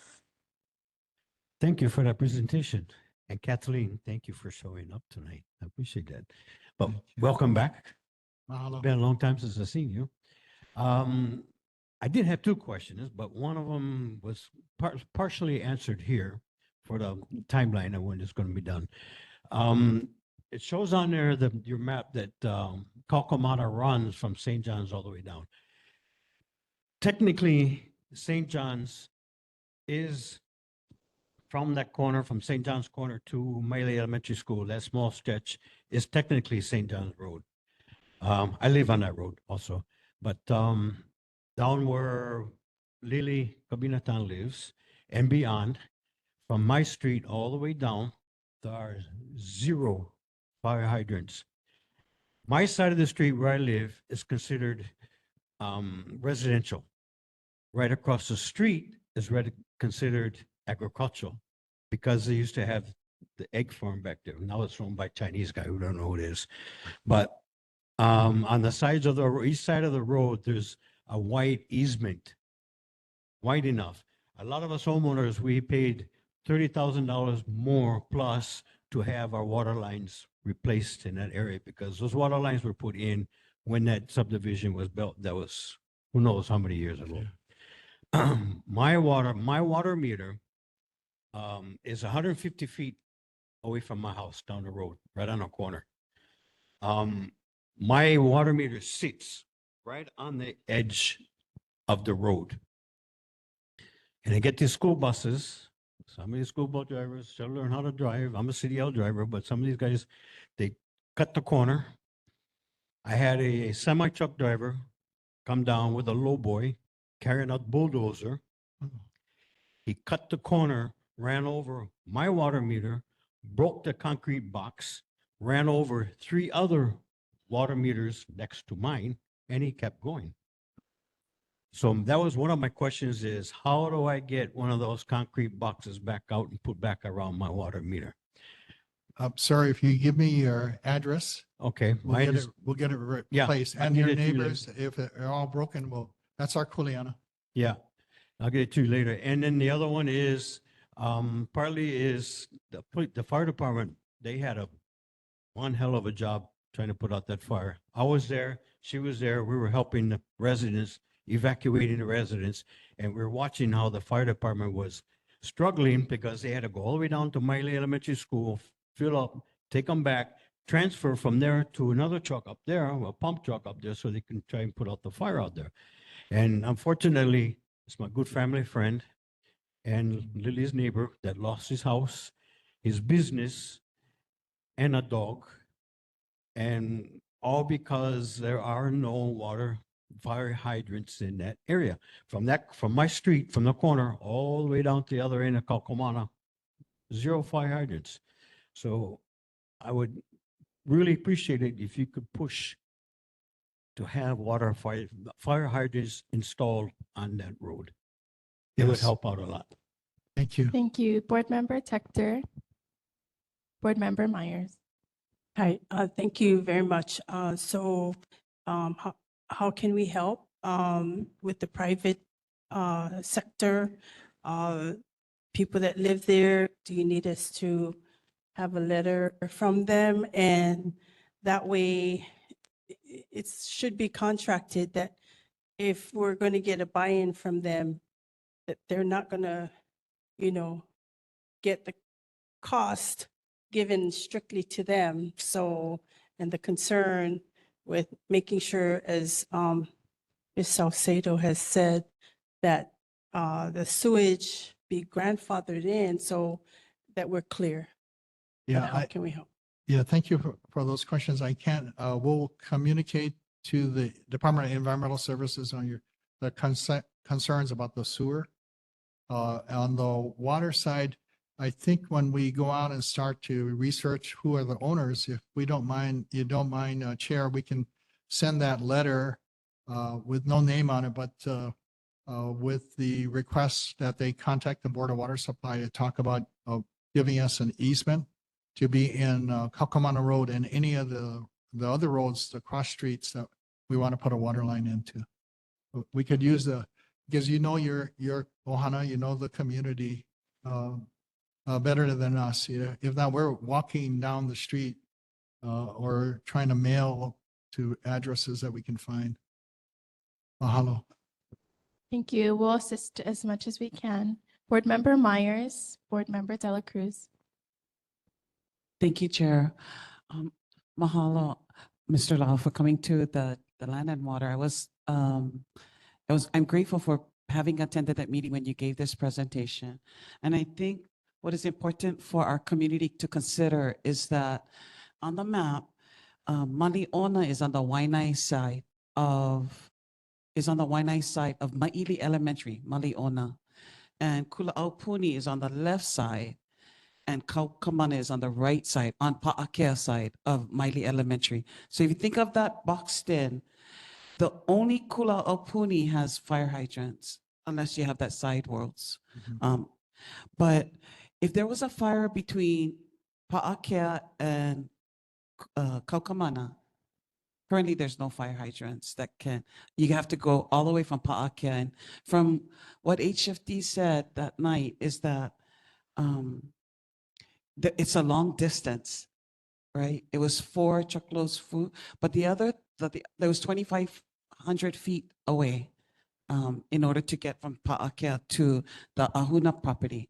But what was really impactful for me is when he said that every fire truck and tanker, engine and tanker, that's what's at every fire station is one tanker, one engine. When they come to the fire scene, they only have 5 minutes worth of water to douse out the fire. And so that's why they have to find a fire hydrant source in order to continue beyond 5 minutes. So with that in consideration, I highly support this, because if a fire starts on Pa'akea side, look how far it is from the fire hydrants, and to try to protect the school, to take out a fire before the fire enters into the residential area. Because in the agriculture lands, they're huge. Sometimes there's one dwelling and a lot of other brush, but to douse out that fire, to be able to protect all the homes that are in that Maʻili area between St. John and the stream, Maʻili Canal, it's important to have this. And I'm so glad that you had that force, you're thinking ahead for our community, and you pivoted after that fire. You and HFD pivoted after that fire in order to come up with this solution. Instead of waiting for the private landowners to, buy into and provide sufficient fire hydrants for the agriculture land. So I really appreciate it and I really support this. Thank you. Mahalo. Thank you, Board Member Dela Cruz. Aloha, Ernie. I'm looking at the price tag here. In regards to this, I was active in Lahaina's fire as well as the Maʻili fire. And so I'm looking at this in a different perspective. On the private portion part of the payment, I'm seeing and I'm thinking, is it possible for some entity to help the private owners to come up, like, for example, federal grants in that aspect to cover this amount, and also to kind of raise the flag to Board of water supply as well as the senators and the state that these private owners do pay taxes and everything, and the state and the city and county, we do have regulations on a HRS or whatever laws in requirement for safety wise. So it does also fall under the state and the city and county. So I'm wondering if just because of the private price tag, can the state also alleviate for the community to have that safety in that regard? Because the law specifically says for the safety of the community, so many feet needs fire hydrant. Now, if that's regard in that section, I'm pretty sure we can go and tap in grants in the federal area, correct? The spacing of the fire hydrants is based on our Board of Water Supply water system standards, not state law. But on your other point about, I think it's seeking other options for funding to help pay for these kind of improvements. We are actively looking for other sources of funds, and we're very open to pursuing grants, whether it's federal or even I know we had some of our state representatives and senators here, but even pursuing funding through the state legislature. Although sometimes I get beat up when I ask, but I'm willing to continue to ask because, and then also look at ways to reduce the cost of, say, if we have to borrow, let's try to get the lowest interest rate we can for that money that will be paid back over 30 years. That's another way to kind of spread the costs out over time. So we're looking at all funding options. Thank you. I support this. Mahalo. Thank you so much. Okay, any further questions, board member? Okay, I'd like to entertain a motion.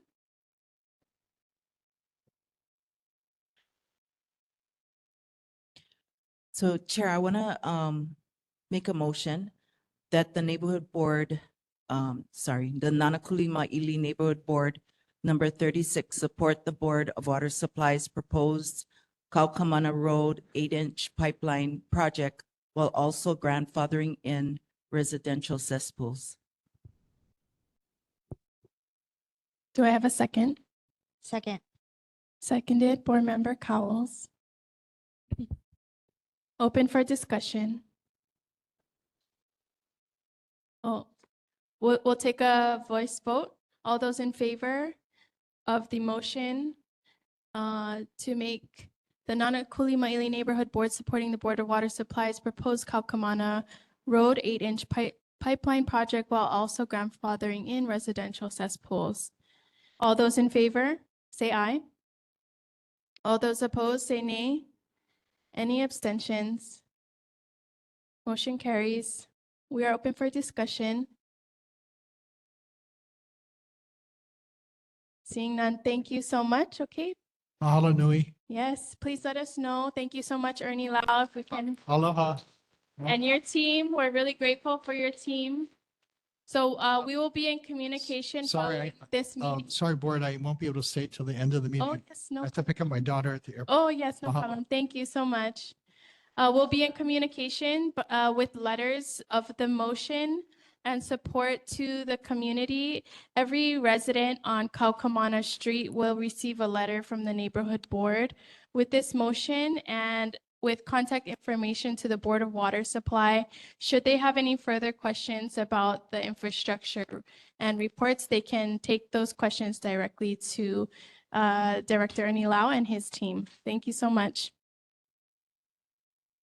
Moving on to our city and military official monthly reports, Mayor Rick Blangiardi's representative. At this time, we have a oh, I'm sorry. Sorry. Number 5, resident and community concerns. The floor is open. Please state your name. Aloha, my name is Austin Salcedo.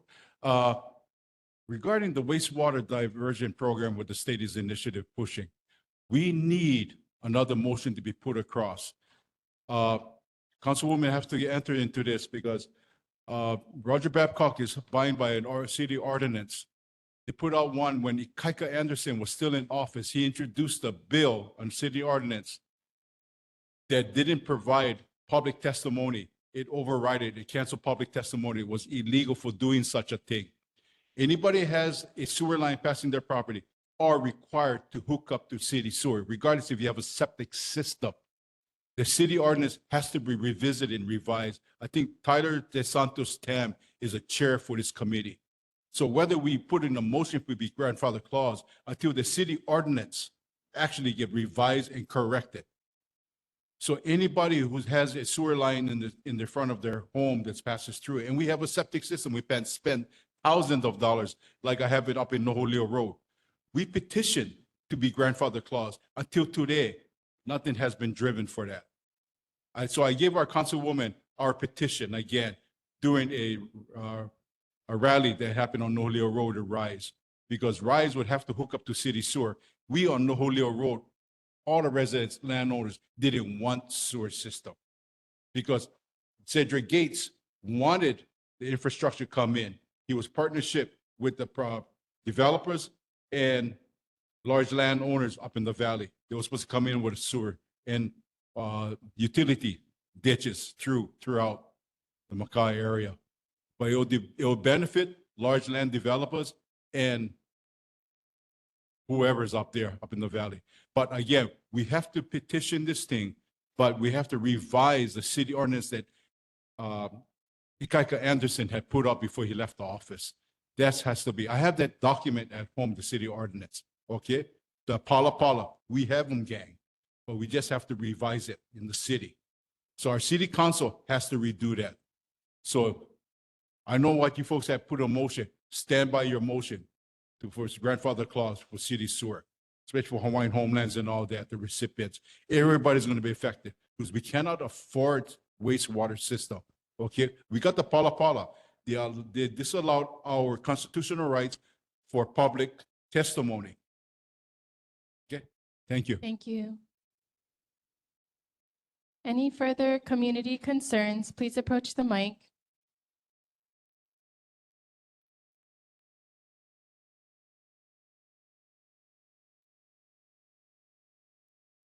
Thank you.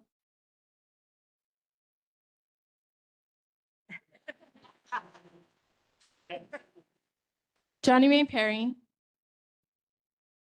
Thank you, Chair. I want to congratulate Mr. Ayo and Asin Singh for their hard work on the SRO. I know this has been going on for over a year. It's just so unfortunate when they come up with such a good program only to be redirected somewhere else.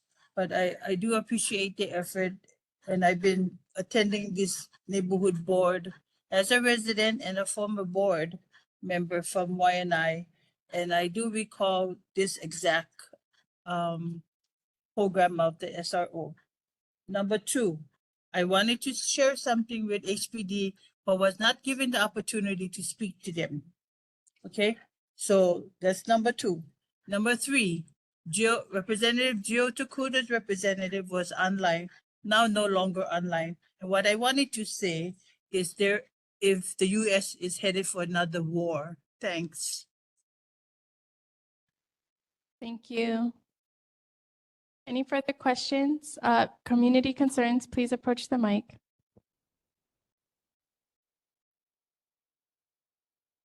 Aloha, Kale Salcedo. The community concern I have is that, we have a lot of nonprofit organizations, and when they get federal grants from Gio Tokuda, when they specify the grant for a certain address, then a grant should be used towards that address, not diverted towards our community here to buy open lands. And not just because they said, but it was just the right area. Let's be realistic. Why not? The price is right for them. But we have to remember what gentrification is coming in. It's all our kuleana. To accept it or put a stop to it, we have to and say, wait a minute, can we revisit? because gentrification will always be my kupuna's problem. What we call home, people call business paradise. Well, you know what? We have too much in our paradise. Gentrification is kicking our own people out of the island. That's the problem we're going to be facing for years. Are we going to allow that and just take it? Or are we going to stand, because the future generation is your grandchildren and your great-grandchildren and generation to come. Let's not leave the fights like our ancestors left, because they won't have to learn a lot of things. Now we're learning a lot of things, and we have the manao to use those. We got to teach our grandchildren and children and future generation to protect what they have here, and not allow anyone coming into our district, our home. Yes, it's paradise. Paradise is my home. Do not take it away. So we got to stand for what we want and not just get given. Aloha does not mean resilient. You receive aloha, you get aloha back. You give kukai, you can get kukai plus more back. So I just want to let you folks know, aloha is not just resilient. You know, we gotta share our thoughts, our hearts, because you gotta remember, from the brothers of Neo, from Skippy them, the songs that they sang, how would they feel about the street lights? How would they feel about what's going on? Because they're not here, everybody forget those songs that sing came from their inner soul. And they felt that with the ancestors. I can imagine how they feel. And you know what? I don't like it. It's ugly. Because we're not the moneymaker. We're not even getting our 20%. You're lucky you get 3 from the ceded lands. So remember, we got a lot on our plate, but we can handle it with love and care. But these boots are ready to walk all over. That's all I'm gonna say. Mahalo. Any further questions? Community concerns?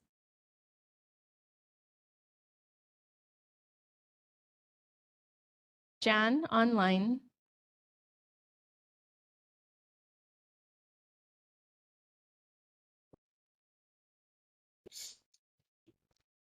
Aloha, can you hear? Aloha. Okay, John Makepa here, Waianae Valley Homestead Community Association. Just a couple of concerns. I totally support the Board of Water Supply and the initiation that they're taking to install the hydrants in the Maʻili area. My concern is that what's going to happen with all of the other areas that also need to be taken a look at. It's unfortunate that the fire happened, but it also brought awareness that this is an issue that needs to be taken a look at, and the Board of Water Supply did step up in making things right for that. But I am concerned about other ag properties that also fall within that same, problems where they don't have fire hydrants as well. So that's a concern for me. The other concern is the cesspool conversion to sewer. And, it's coming through our homesteads, it's coming through our Waianae Moku, not just through the state, but Kingdom Pathways as well is also bringing a lot of that information to light. And in working with our homestead and our conversion, one of the hardest pushes for us is to have our families understand that it's not about just the conversion itself. It's about the environment. It's about the next generation. It's about, clean waters clean oceans, you know, our aquifers. It's all of that. And so a lot of the push that we do in our homestead is to try to convince our families, especially those that, you know, have the mentality of if it ain't broke, don't fix it. Thank And you. for the most part, I'm sorry, and for the most part, you know, the concern is how do we get the help that these kupuna need when that conversion takes place. And so as a pilot project, real quickly, as a pilot project, the EPA and the Department of Hawaiian Homelands is using our homestead as a pilot project for technical assistance in going through our homestead and looking at what we have available and the Thank you. options that are there. Mahalo. Any further community concerns?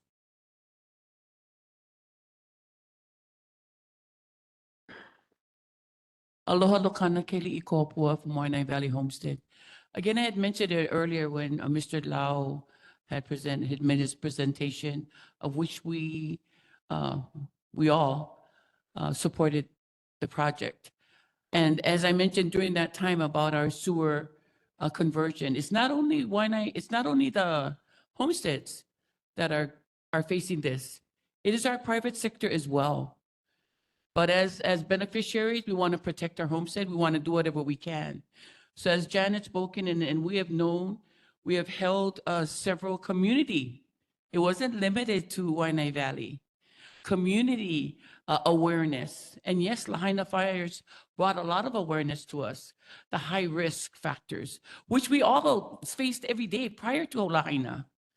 But now it's time for us to do that little kuleana, you know, whether it is in our own home, our own hale, or our neighbors. And I just wanted to support the fact that we are community. We are not separated on this Waianae coast. So don't get confused when we speak. We're speaking Waianae Valley Homestead. We're just proud from where we are. We are proud of our heritage. But it applies to all of us. This is a state mandate, city and county mandate, that if you're not affected now, you will soon be affected. And if it's not you, it's the generations to come. So when we speak, like Tita said, we speak not for ourselves, not for the present, but for the future. And so it's what we do today. Even as kupunas, we are only learning. But every day is a new day. Every day we can learn something. It's what we do with it. And as we attend these communities and we speak and we have a voice, that's part of it. Now the action comes from all of us. Mahalo. Mahalo. Okay. So moving into our next agenda item, city and military officials' monthly reports. Mayor Rick Blangiardi's representative not able to provide an update. We did receive verbal, and I'll go ahead and pass it to our NCO to read for the report. Thank you. Yes. So this month's highlights from the mayor's newsletter: the city honors Oahu's Purple Heart recipients during a ceremony at Honolulu Hale, and Heart broke ground on new guideways and rail stations across the third segment of the rail project from Kalihi to Kaka'ako. The U.S. Department of Housing and Urban Development's Region 9 administrator visited Honolulu Hale to discuss housing and homelessness with Hawaii's mayors. New members of the Honolulu Youth Commission are sworn in during a ceremony at Honolulu Hale, and Oahu's junior lifeguards returned from the state championship event on Maui with a historic victory. The September 2025 Mayor's newsletter can be found online at www.honolulu.gov/mayor/newsletter. And then a once per decade city charter review is occurring, and the Honolulu Charter Commission is conducting its review of the city charter, which serves as the city and county of Honolulu's constitution. Community members are invited to submit proposals by November 7th, 2025. The commission will also hold community meetings in October. Dates, times, locations are available on the Charter Commission website. Visit the website for the Charter Commission at www.honolulucitycouncil.org/charter-commission for more information. And that's it. Thank you so much. Okay, moving on to Councilmember Andrea Tupolas, representative online. Aloha. Aloha. Hi, good evening, Chair, and good evening, Board. My name is Jeannie. Can you guys hear me? Yes. Okay, awesome. I just want to say thank you for letting me speak today. Great job for everyone. Just a few things that our office just wants to go ahead and report. It does look like we wanted to give acknowledgement for a community cleanup that happened on the Sea Country side. That was on August 23rd. That was from 8 to 12 on a Saturday. We wanted to give much mahalos to David Souza from Island Topsoil and the Sea Country community for helping us with that. We do show that our office is also working on a few items. There was a resolution for the Kulau Puni drainage and also a letter for the Kulau Puni funds that have been emailed to the board, so you can review that.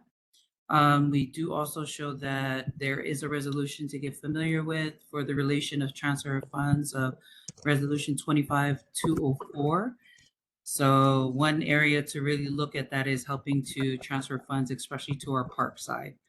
Our office had resolutions that had passed, which is our core audit, along with Resolution 2522, which is the police chief requirements. One end we want to also emphasize is that we are having a Waianae youth group organization meeting. It's a virtual meeting that's going to be held on September 18th, which is in the next 2 days from 11 to 12, where we can have majority of those who assist for youth organizations to try and help so how we can get everyone together and situated, especially in what's happening with all the violence and gun issues going on now. So we do show that's what we have reported for today. I'm open for any questions. Thank you. Any questions from the community for Councilmember Tupola's office? Aloha, Ginny. This is Austin Salcedo calling. Aloha, Austin. Hi, my dear. Okay. This board had put in a motion for being grandfather clause for the wastewater system itself. So we need Andrea to direct, I think he's the chair for the executive council committee, Tyler DeSantos Tam. He needs to revisit that city ordinance that Ikaika Anderson had put out and denying public testimony. Because for the wastewater system, anybody has a wastewater system passing through their streets, even though they have a septic system, they are required to hook up to the city sewer. Regardless if they, so this city ordinance that Ikaika had put out, we need to amend it. Amend this thing and revise it and provide and allow for public testimony. And also to include Noholio Road's petition to be the grandfather clause, as well as the Nānākuli board motion for to be grandfather clause. So it's a combination and combining the two and bring it to Andrew's attention and have the city council amend Ikaika Anderson's city ordinance they put through and have the full city council approve of it, even though it violated our constitutional rights for public testimony. Can we get back to our chair of our Nānākuli board and bring it to our attention once this thing is banned so we can provide testimony for this new city ordinance? That's all I have, Jenny.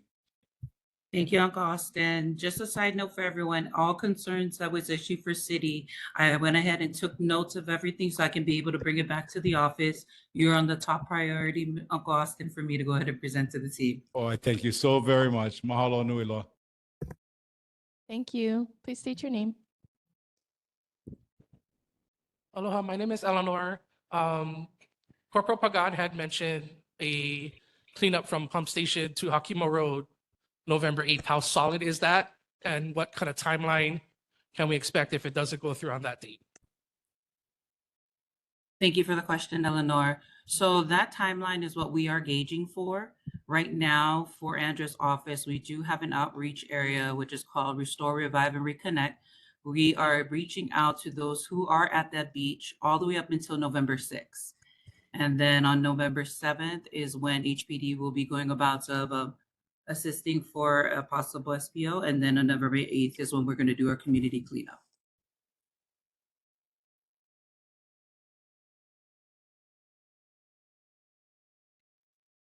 Hi, I'd like to make a request that what Brother John was asking for, Yes, that ma'am.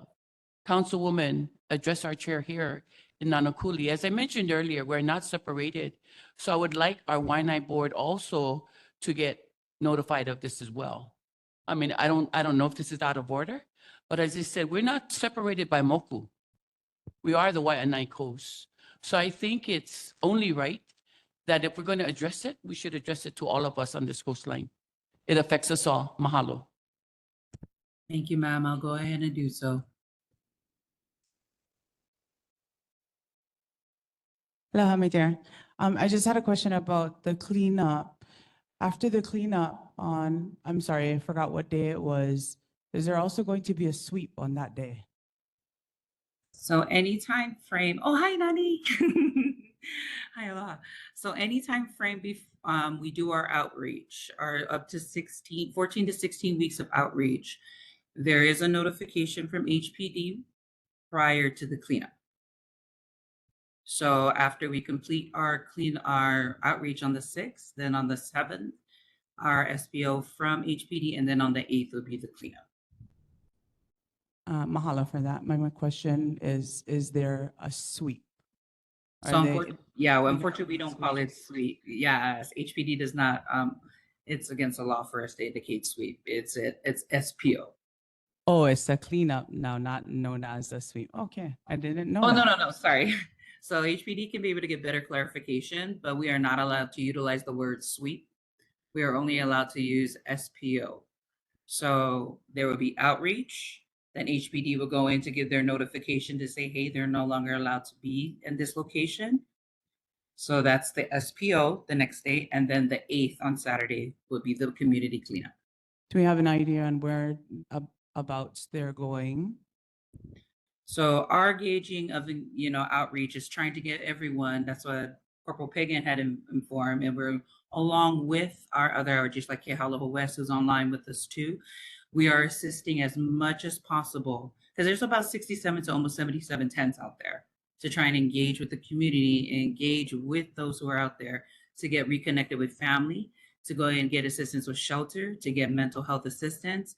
So we are more than open for the community to come and help us to engage with those who are there at the beach so we can try and get this situated so everyone can have a place to go home to. Mahalo, can you tell me one more time when's the first action happening again? What date was that? So our outreach program is going to discontinue as of November 6th. So November 7th is where they should be looking to get us. You're welcome. Okay. Any further questions from the community? Seeing none, moving on to Board Member Cowles, Board Member Asinson, Board Member Meyer. Hello. Hello, Board. Can we get some help in the vicinity of Māʻili Elementary School as far as speed humps? Because we're tired, we are very tired of people using that street as a freeway. We even have bus drivers flying down that road. And I yelled at one bus driver to slow down. She happened to stop right in front of my gate, open her door, and stick finger at me. Because I told her to slow down. Mr. Cowles, are you talking about your street, so not Kula-Aupuni? That's on St. John's, right up the road, right by Māʻili Elementary School. The school Oh, you're zone. talking about speed bumps on St. John's? St. John's, yes. We need speed bumps or speed humps, one of something, because we're getting tired. I talked to all of my neighbors up and down that street, and they're getting tired of people speeding up and down that street. And we have a lot of kids that walk to school and from school, and these people are still flying past these students that are walking home. We'll And get a report back from DTS on the possibility of that. I know when we talked to them years ago when I was a rep, one of the issues is the street is actually not wide enough. You know what I mean? Like, you know how it is on St. John's, you kind of got to like be careful because there's no middle line because you got to let cars by. But I will get you the official report from DTS on whether it was something about the size of the road. I remember that, but I'll get back to you on that. Well, to me, the street is wide enough. If there's enough room for everybody to park their cars in front of their house on the side of the road between their property and the road, there's enough room to put speed humps. If you can work on that, I appreciate it. Thank you. Thank you. Board Member Simpson. Hi, Councilwoman. Thank you. Again, I know you know what I'm going to ask. Advocating again for that SRO, just want to get it on record. But I did forget to ask a question. If the DOE did make a decision, and I don't know who can address this, was it at the CAS level, complex area level? Was it at the superintendent's level? And what allowed them to make that decision? What did they base that on? Because again, this just the data. Do they not have proper data of what's going on at the schools? The fights, how involved the parents are going? Because recently we just had families fighting and taking the situation, and I mean physically fighting off campus. So I think just the presence is definitely needed at our school. So again, I know you've already been advocating, but I just want to put that extra push. I would like to get answers here on why and how the decision was made, and the final answer on who made that decision and why didn't they get, more data, or what is that decision based on? Thank you. Yeah, no problem. I'll let Darius speak for the DOE or the state, but I will say to you that it's not like we don't have enough HPD funding. So what I think in my mind, as far as what I have jurisdiction over, is that we can expand this pilot like ASAP, right? They could start in November. We could start tracking the data because we're not even starting during a school year. We're starting after the school year started. So it seems like the start date could be any time. As far as officers who are willing, they didn't even have any problems. Like as soon as they put it out there, guys who had just retired, all of them wanted to do it. So I think as far as your concerns, especially because I'm not over the DOE, I don't see any problem in us asking for funds specifically to get more officers because we only have 2 schools. But again, I put it out when we first did this as a pilot. So I think we just start advocating from now until maybe a few months from now and just say there's no reason why we can't just hire more officers, because HPD funding, we do have enough funding because of our vacancies to cover the cost of more officers. So I can say on the city side, there is no hindrance on us being able to fund it. I think if we can just kind of push past whatever we're going to call the pilot period and then just start implementing more, I'm sure Nānākuli as well as others would like to have it. And I don't see any problem with us doing 89-day contract hires because we are not taking officers off the road. We are not using patrol officers. This is a separate program, and most of these officers are reserve officers. So let's push for that. Thank you. Board Member Myers. Thank you, Chair. Councilmember Tupola, a couple things. Eleanor had emailed you on September 8th. She's still waiting for a response. I was copied on it. I also sent you an email in regards to her email on, actually Eleanor, an email in regards to addressing the things that you had, her email to you. I sent that on September 9th and I'm still waiting for a response. So I'm hoping you can still respond to it. I would not want the answers to be verbal. I would like to address all of her points that she had made on her email, addressing what her and her family have been enduring as residents that been, they live in Hawaii, they work hard, they try to support their family, they do well supporting their family, but now they're having this issue that's coming from the park, from the beach area into the community, which I shared earlier with HPD. So if you can do that, as well as secondly is about the WCER MOU. What is the status on that and its execution plan so that our transportation committee can take it up in first Thursday of October during committee meeting? I would like to have that opportunity. Again, the MOU had expired on August 31st, so that's a concern for us. And then the last thing was that Jeannie has shared that there's going to be this cleanup on November 7th. Communities going to be given notification. But I just wanted to also say that, I'm grateful for the cleanup, that it's enforcing the laws that we have on the books that say the beaches should be accessible to everyone. And that if it's a picnic area, nobody's supposed to sleep overnight. If it's a camping area, we all have to go and apply for a permit to camp And there's rules regarding that and restrictions regarding that after we pay our money for the permit. So can you give us feedback as far as after you do the cleanup, is that beach going to be, nobody's going to be able to come back on that beach again? I just wanted to make sure to get that long-term answer. Mahalo. Yeah. Mahalo. I did hear your concern about the garden grows and, in the issue you mentioned about Eleanor. So I will address that in the email and read through all of the concerns. Secondly, in regards to the MOU, I did tell the deputy director of DTS that you specifically wanted an answer. So he texted me right as the board started that all the agencies are circulating the signatures. So the MOU for the Waianakosi Emergency Access Road is not the one that expired. That's the one for Kole Kole. So the Kole Kole one was handled between the state and the city, and that one got signed. But the one that me, you, and Uncle Richard were talking about in the meeting, that's the one for the access roads, and that is being signed, and it has more leniency so that HPD can do what they need to do, especially in regards to traffic incidents and things that might not be deemed an actual, like, governor's proclamation emergency. Lastly, your question about the area.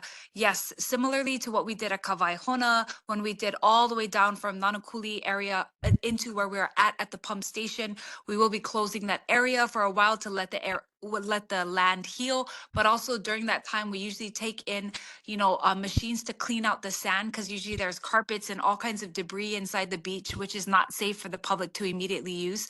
So during that time when it's closed down, we work with DPR to rehabilitate the area. And yes, no one will come back to that area. Representative Kilo was on the last meeting with me and all the individuals involved, so that DLNR will also be out there. So it is going to be cleared from the pump station all the way to where the gate area is at Miley Point, and then we're going to deal with that as our next area. But I will say that on Monday, I had a meeting with attorney generals as well as IHS, because I just need more mental health support. And to be honest, the meeting was great. The attorney general herself said that she'd make some calls for me, because as you heard from my staff member, I mean, we're up in the 67, 70 people range. And these are individuals that need more than just like a ID and a job. There's a lot of repetitive conversations because some are not coherent. So I talked in depth to them about the fact that, like, I can't do this without more help. I know that my caseworkers are doing as much as they can, but these individuals need, like, guardians ad litem. Some of them literally need somebody to help them because they're a harm to themselves, sometimes a harm to others. So as we identify people one by one, we're trying to give them as much as we can. But I will say that it was a huge aha for me on Monday to know that many of those individuals have never, ever been referred to mental health services, which is unfortunate, because that's actually what I need. So I have a short time from now until November 8th to get all of that done. But thank you for your diligence with all of that, Board Member Myers. I appreciate it. I just wanted to mahalo for all that response, and I really appreciate it. And it's heading towards resolutions of all these issues that actually the community member bring up. I'm just revoicing what the community wants from our board, and from action from our board and action for our community. And so I'm grateful for that. I want to let you know that I was waiting for the state governor, the governor's rep, because I wanted to bring this issue up to them. And I was waiting for the mayor's rep, and I wanted to bring up this issue to them, but both didn't attend our meeting today. And it's this. The state and the city has made it a mandate for all of us to stop using cesspool, because they don't want to contaminate the ocean, and we need to use the wastewater system. However, and yet, when our homeless are having encampments on the land, they have to dispose of their waste. So are they disposing it in trash cans, or are they disposing it on the land? Are they disposing it in the ocean? So my thing is to our representatives, if you make it mandate for all of us, we cannot get hooked up to the cesspool because it's going to head out to the ocean. Are you really enforcing that in other ways, including our homeless encampments? Or are you just turning the other way and going, well, I'm not sure why they're doing it for 24 hours when there's no, restroom, there's no toilet in the area from a bathroom facility, which will actually dump it into the wastewater. So I just want to make the state and the city, the mayor and the governor aware of this, aha moment, and to please address it. Mahalo. Mahalo.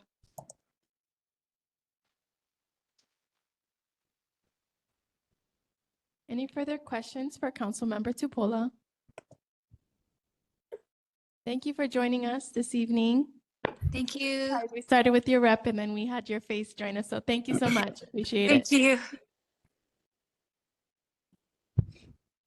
you. Next on the agenda, we have Army Representative Lieutenant Colonel Ricky MacArthur. Right, aloha. So Lieutenant Colonel MacArthur, I'm here representing U.S. Army Garrison Hawaii. I have 4 announcements for the community. First, U.S. Army Garrison Hawaii is holding a hiring fair on October 14th at the Oahu Veterans Center in Honolulu, beginning at 8:30 a.m. and ending at 2 p.m. It's open to the public. Applicants can go to www.himwr.com to apply online. Walk-ins are welcome. You should bring 2 references, proof of ID, social security card, resume, or applicants. There are opportunities for business operations like golf, bowling, food services, and many more. There are also child youth services opening to consider. For September training advisory. All right, for the remainder of the month, East Range will be conducting small arms blank firing until the 22nd of September. There will be aviation training during daytime hours, which is 6 a.m. to 6 p.m. from now until 19 September.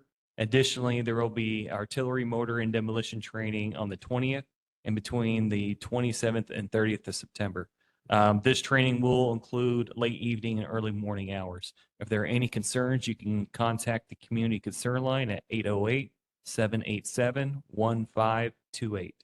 All right, the U.S. Army Garrison Hawaii and Survivor Outreach Services will host the Gold Star Mothers and Family Day observance on September 28th. This is a special celebration in honor of the enduring sacrifices of those that lost their loved ones in military service. This event will include speeches from military leaders and guests and patriotic displays. The event will take place at the National Memorial Cemetery of the Pacific.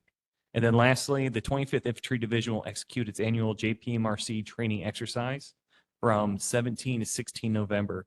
Please be aware that there will be increased traffic and noise during that time. Residents may also experience increased military aircraft overflight around the Wheeler Army Airfield area. The majority of the military training is located on the northern portions of Oahu and some in the central portion of the island. Residents will see troops traveling to and from the training areas. If there are any concerns, again, you can reach out to U.S. Army Garrison Community Concern Line at 808-787-1528. Those are my announcements. Pen your questions. Thank you. Any questions from the community for the Army? Seeing, oh. Please approach the mic, state your name. I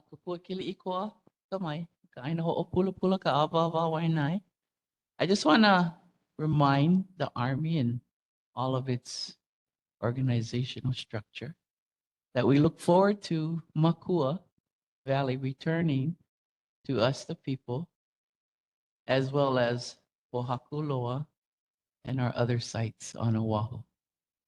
Mahalo. Mahalo. Any questions from the board for the Army? Board Member Cowles, Board Member Myers. Not really a question. I'm just here to give you a hard time. To see they couldn't let you come out here all by yourself. You had to bring backup with you, eh? Hey, us Marines, we gotta give the Army a hard time.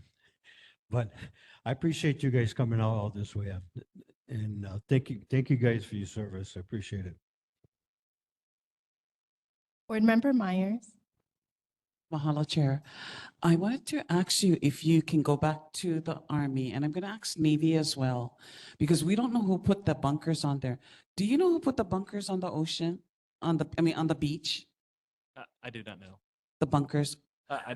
Oh, okay. I know of like the pillboxes around the island. I could not tell you how far back and who did it, but I can ask that question. If I send you pictures of those bunkers, can you tell me if it was the Army that put it on the beach or if it was the Navy? I can send it back to the garrison to research. Okay, and I'll also forward you Rep. Keela's email because it's on city land, but also preservation land is by DLNR.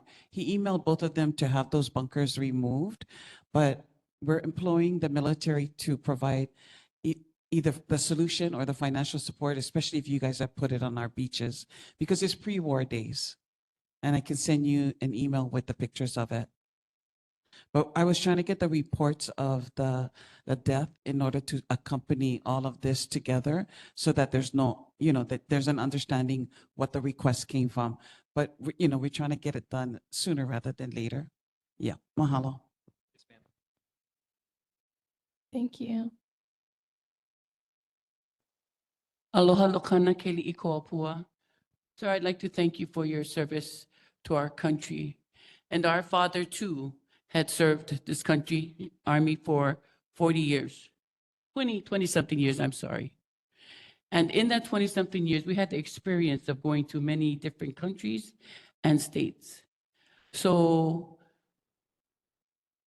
I know what it is to be somewhat of a military person, but I also is concerned in expressing that when our land is returned, makua, and there have been, firearms out there, I'm hoping that the Army will be accountable to do a good cleanup job.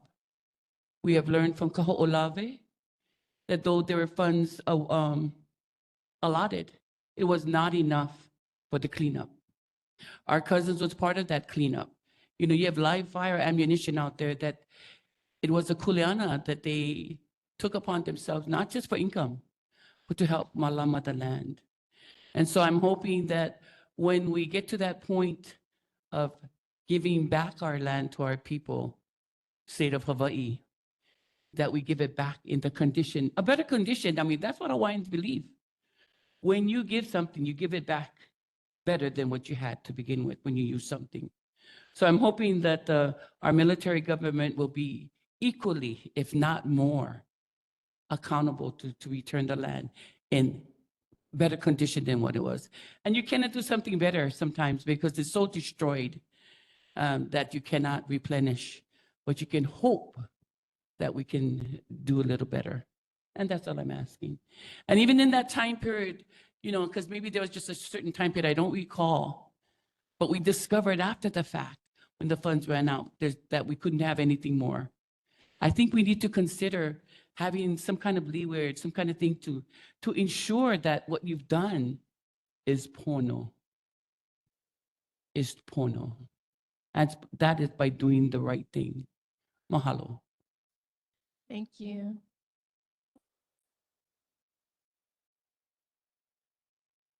Hello, no, my name is Nani from this Moku of Waianae.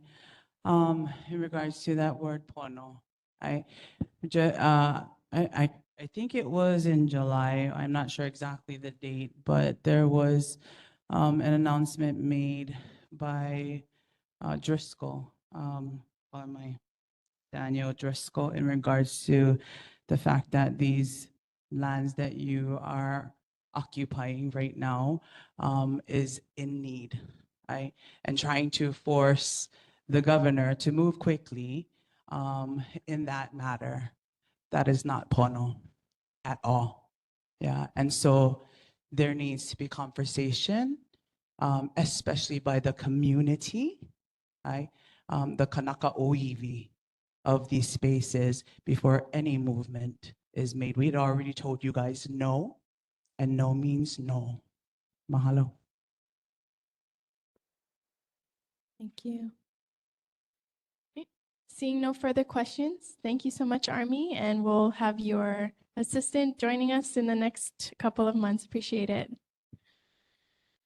Sorry, I took the agenda out of order. I'm now on my smaller phone this time, and so I missed an agenda item, and I so apologize. So I'm going to move back to the Board of Water Supply with Kathleen Pahinui.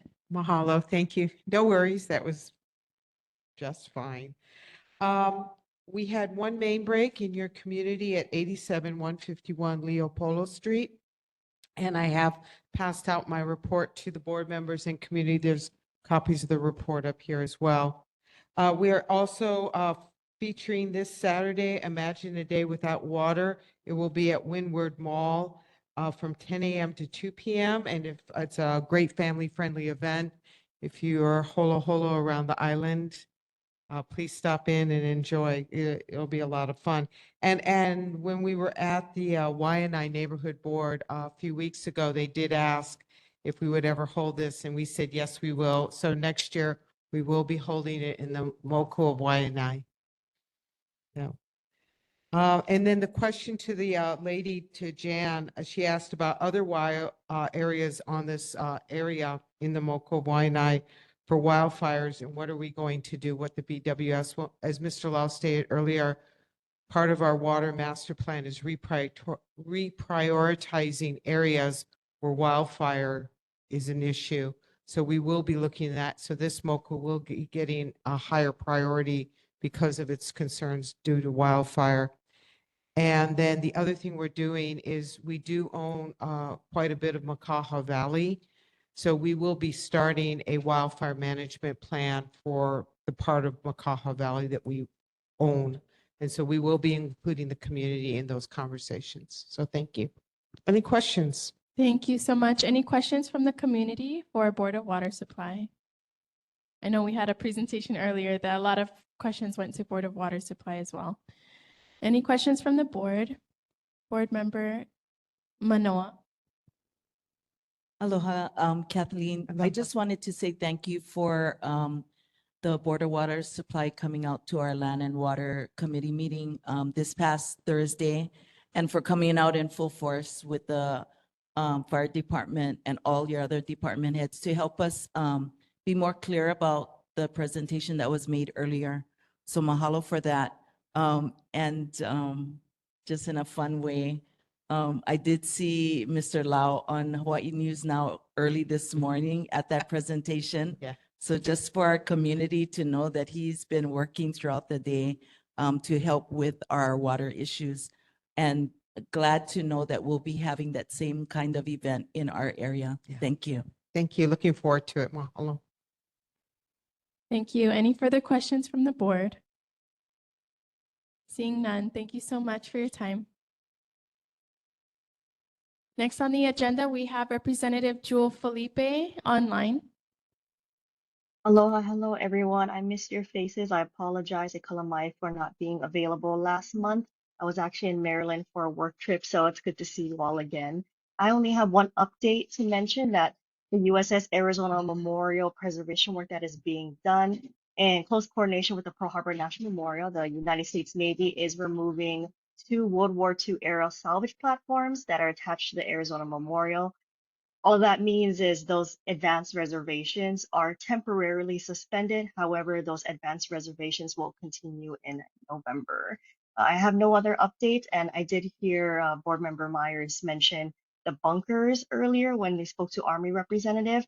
I admit I'm not familiar with those bunkers. I haven't seen them, but if you guys can send a photo, then I can be sure to send that to my leadership and ask about it for you guys. But nothing further. Thank you. Any questions from the community for the Navy? Seeing none. Questions from our board? Board Member Cowles. Hi, Jewel. Long time no see. Hi, Uncle James. When do you know when the next cleanup is for the Heiau at Lulule magazine? I'm not sure, but I can get back to you and send you an email. Okay, thank you. Yeah, of course. Hopefully I see you there. Thank you, Board Member Myers. Thank you, Jules. I'll include you on a mass email of all of us together, Army, Navy, Rep. Keela, myself, HPD, and because I've requested for the reports from HPD as far as the the reports of the incident, the drownings. And it's 2 drownings, yeah, 1 female, 1 male. And the family believes it's related to them sleeping in the bunkers and then high tide coming in. And so we just want it to be removed. Anything that the Navy can do to help us get it removed is really important, because somebody can hide in there when they want to run away from police or something like that. And we're just concerned about, again, future foul play or future deaths occurring because of those bunkers. So I'll send it out tonight when I get home, and then we can start dialoguing about it. Mahalo. Perfect. Thank you so much. Yes, definitely. I was going to ask when to expect it, but you already answered that question. And yeah, safety is definitely a priority. So I'll look forward to those emails, and then I'll send it as soon as. Thank you. Thank you. Seeing no further questions, thank you, Jules, for your time. Appreciate it. We'll follow up by email. All right. Thank you, guys. Madam Chair, Yes. I'd like to make a proposal since we are running late on time. If we to just go skip right to section F, Okay. if we can, section F on. and- So I have a motion to adjust the agenda, moving it out of order with Yes. item F. Do I have a second to the motion? Second made. Agenda will be taken out of order. We are going to move to the special joint meeting Tuesday, September 23rd, 2025, 7 p.m. Location to be determined. So due to the requirements that are needed to host a board meeting, the facility needs to be locked in, as well as a videographer and audio. And so we were not able to solidify an audio and visual professional recorder for this special joint meeting. With that said, we are going to move forward in focusing in on the resolution at hand.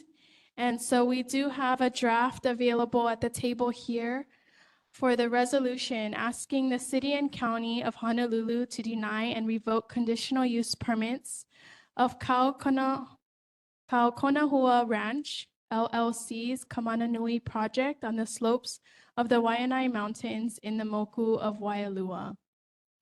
I will go through and read through the resolution, at which I will open up opportunity for members present here in person and online to provide testimony no more than 2 minutes.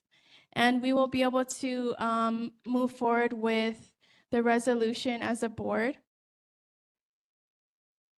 The resolution states, whereas the Waianae Mountain Range form the western border of the Waialua Moku and the Waianae Moku, with Mauna Ka'ala being the highest elevation on Oahu, Hawaii, one of the most sacred in Hawaiian tradition as a Vau'akua dwelling place for gods and spirits. And whereas Mauna Ka'ala, as well as other mountain peaks in the Waianae Mountain Range, as being sacred to Kanaka-Maoli, Native Hawaiian people, and play a significant role in the culture, language, oli, which is chant, and mo'olelo, story, myth, legend, history, or tradition, like the legends of Mauna Ka'ala being the realm of the goddess Kainoa, the guide of lost souls, and a significant site in the myth of the Hi'iaka Poliopele's journey, whereas the Waianae Mountain Range is home to native ecosystems and a habitat to many endangered endemic Hawaiian plant species, including and not limited to the koli'i, Hawaiian lebiliad, giant ape'ape, large round leaves host blue-green algae, ohia lehua, flowering evergreen tree, olapa, important food source for native birds, hapu'u, large tree fern for medicine and food, kanavau, Hawaiian relative of the garden hydrangea, koa, native tree valued for its wood and aids in restoring native habitats, and that these habitats have been eroded and taken away. And whereas the Waianae Mountain Range is home to native ecosystems and a habitat to many endangered Hawaiian animal species, including and not limited to the apepane, Hawaiian honey creeper, pueo, Hawaiian short-eared owl, ope'apea, Hawaiian hoary bat, kahuli, Hawaiian snail, ua'u, Hawaiian petrel, endangered seabird, some considered as a family or personal aumakua or god, and that these habitats have been eroded and taken away, whereas the Hawaiian Mountain Range, including Mauna Ka'ala, which serves as a critical cloud forest ecosystem, captures moisture from passing clouds, providing essential fresh water to the island's groundwater. And whereas the local communities most affected have serious concerns regarding the potential negative impacts to the culturally significant landscapes, to the native ecosystems, endangered plants and animals, to the area's watershed and the misuse of agricultural lands, which should be properly utilized to feed our communities. And whereas our local rural communities are in a state of crisis due to the continuing pressures of our infrastructure, including our roadways, our sewage systems, our beach parks, and our ecosystems that are at an unsustainable tipping point, which adversely affects the health, safety, and well-being of our local communities, which adversely affect the health, safety, and well-being of our local residents. And whereas this proposed visitor center will be located on one of the most dangerous stretches in Kaukanahua Road, which is already considered the most dangerous road on Oahu. And whereas the City and County of Honolulu Department of Planning and Permitting has received an application to modify the original conditional use permit minor approved in 2019, Kaukonahua Ranch LLC's Kamananua project, and that these modifications will severely and negatively impact the Waianae Mountain Range and our local communities and allow for tourist activities that will certainly be the primary use of the land rather than the agricultural use of the land as zoned. And whereas these modifications will permanently desecrate the cultural importance of the area as well as harm and permanently deplete the natural environment. And whereas these modifications serve no beneficial purpose to our local communities, rather they further exploit and commercialize agricultural lands meant to grow food, not profits for foreigners, and further commercialize the natural environment and take money out of our local communities. And whereas these modifications clearly do not fall within the guidelines of a minor permit by the scope and breadth of impact on the land, and whereas no proper archaeological and cultural surveys have been conducted, no proper traffic studies have been conducted, no proper environmental studies have been conducted, and no proper local community outreach has been conducted. Now and therefore be it resolved that the Nānākuli-Māʻili Neighborhood Board respectfully requests that the Department of Planning and Permitting deny the request for these modifications and revoke the conditional use permit minor as the Kamananui project, even as originally conceived, far exceeds accessory use on agricultural land, and that the applicant has not met the conditions of the original permit in the 6 years it has been in effect. Be it further resolved that the Nānākuli-Māʻili Neighborhood Board number 36 submit this resolution to the Hawaii State Governor Josh Green, Senator Samantha D. Court, Representative Darius Keela, Mayor Richard Blangiardi, City Councilwoman Andrea Tupola, and the request with a request to urge the Department of Planning and Permitting Director Don Takeuchi Apuna to deny and revoke further development at Mauna Ka'ala at Kaukonahua Ranch effective immediately. Thank you. So we're going to open up the floor for testimony for residents to provide any comments, concerns, and testify regarding this matter. Thank you.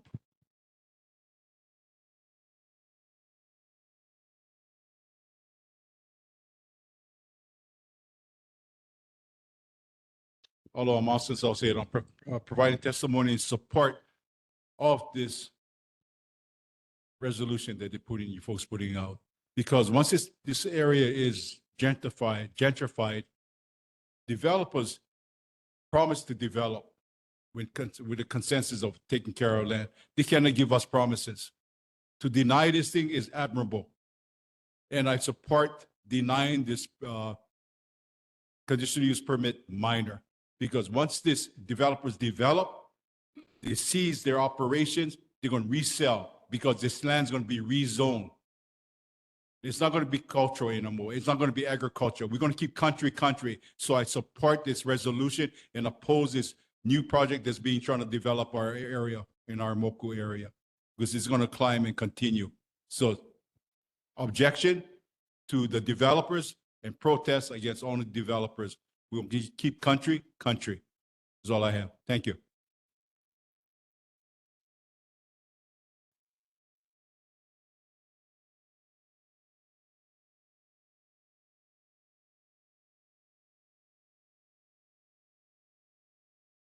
Aloha, Kalai Saucedo. This developed project is not for Hawaii. This is a mainland entity. This is for tourism. We do not benefit from this, period. gentrification once again. They come over the mountain, which Moku is next. Nānākuli-Māʻili, and what's next?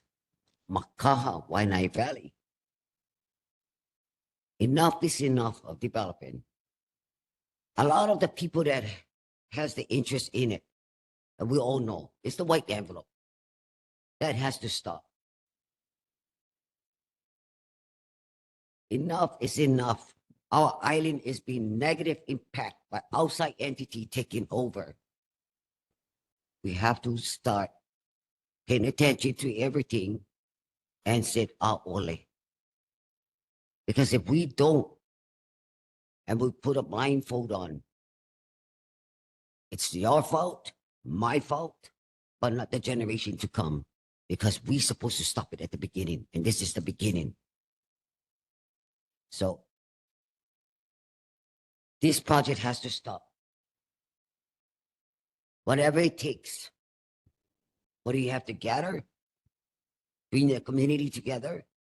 It has to stop. Because it's killing our island. Taking away the trees. They're talking about water. You're taking away the trees. You don't more oxygen. You cannot have the UA coming. Everybody knows that.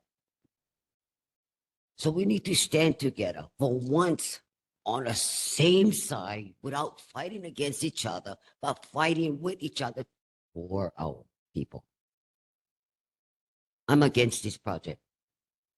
And it's a darn shame. We're only an island. It's a darn shame to even allow in something like this. Peel out. All for the moolah. Hawaiian people wasn't about money. There was about, I know, you grow your own food. You cow, you exchange things. It was never about money. This is a profit, not for us. That's all I have to say. Thank you. Johnny May Perry online. Thank you, Chair. If Kathleen is there, if it's okay with you, she probably can give more information on the project. Thank you, Chair. Thank you. Yes, Kathleen Pahinui is here. She is part of the neighborhood board that helped to introduce this. They had a quad meeting, and she's going to go ahead and give us a brief update on the current project. I just wanted to allow for community members to testify. Thank you so much, Kathleen. Thank you, Chair. Really quickly, I am the chair of the North Shore Neighborhood Board. And when this modification came up, we were like, well, we didn't like it from the beginning, and it kind of slid underneath the door, and we were not happy about it. But when the modification came up, we were like, oh no, this is not happening. So I have with me tonight my vice chair, Raquel Chu, who's a rancher and has a ranch up there on the side of the mountain. She's Pico to the North Shore. And we've been pulling people together. So we've had tonight, Mililani Mauka opposes it. Mililani opposes it. North Shore, Wahiwa, Diamond Head.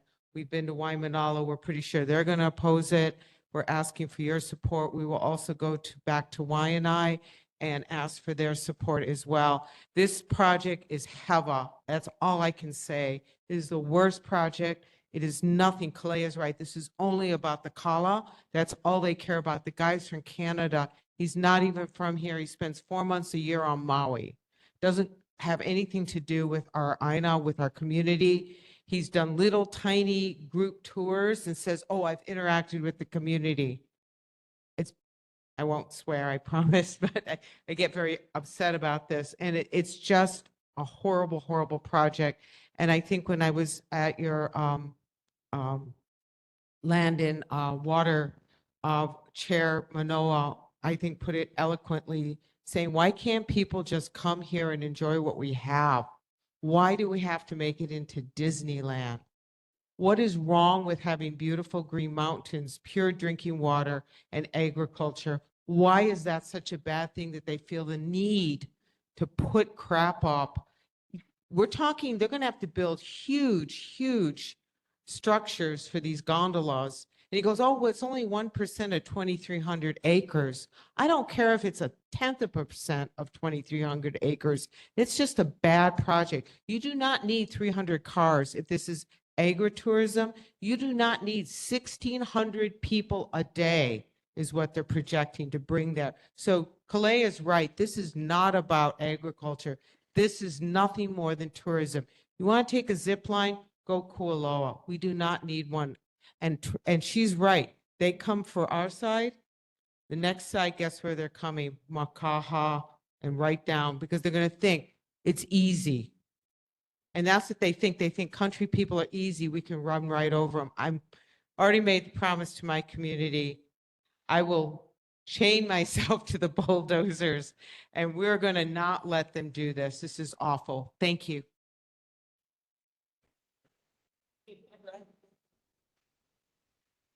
Thank you. Did you want to provide any updates as well? Okay. First, thank you so very much for entertaining and introducing your resolution.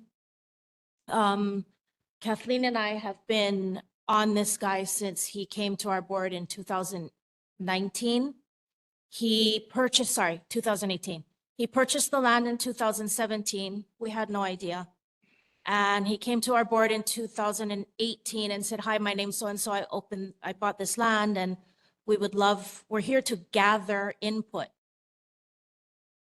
We never saw him again until we found out about the permit that was given. But I think it's important to add that the current leadership at DPP has been hugely responsive to our concerns and working with us in trying to address how we want to approach this.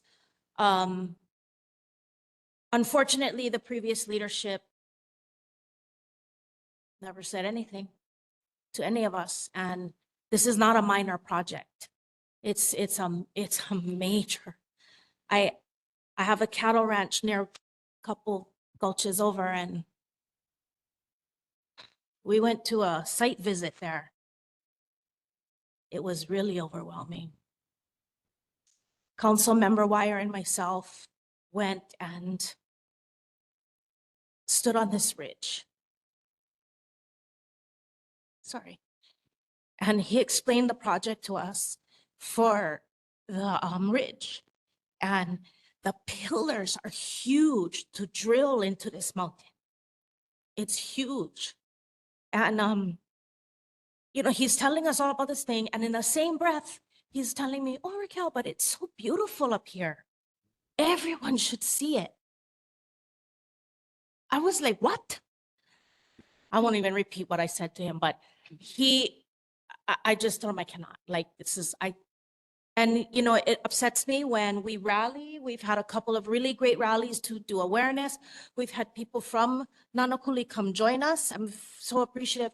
And then these guys show up and give a statement to the news and say, it's a small group, no need worry.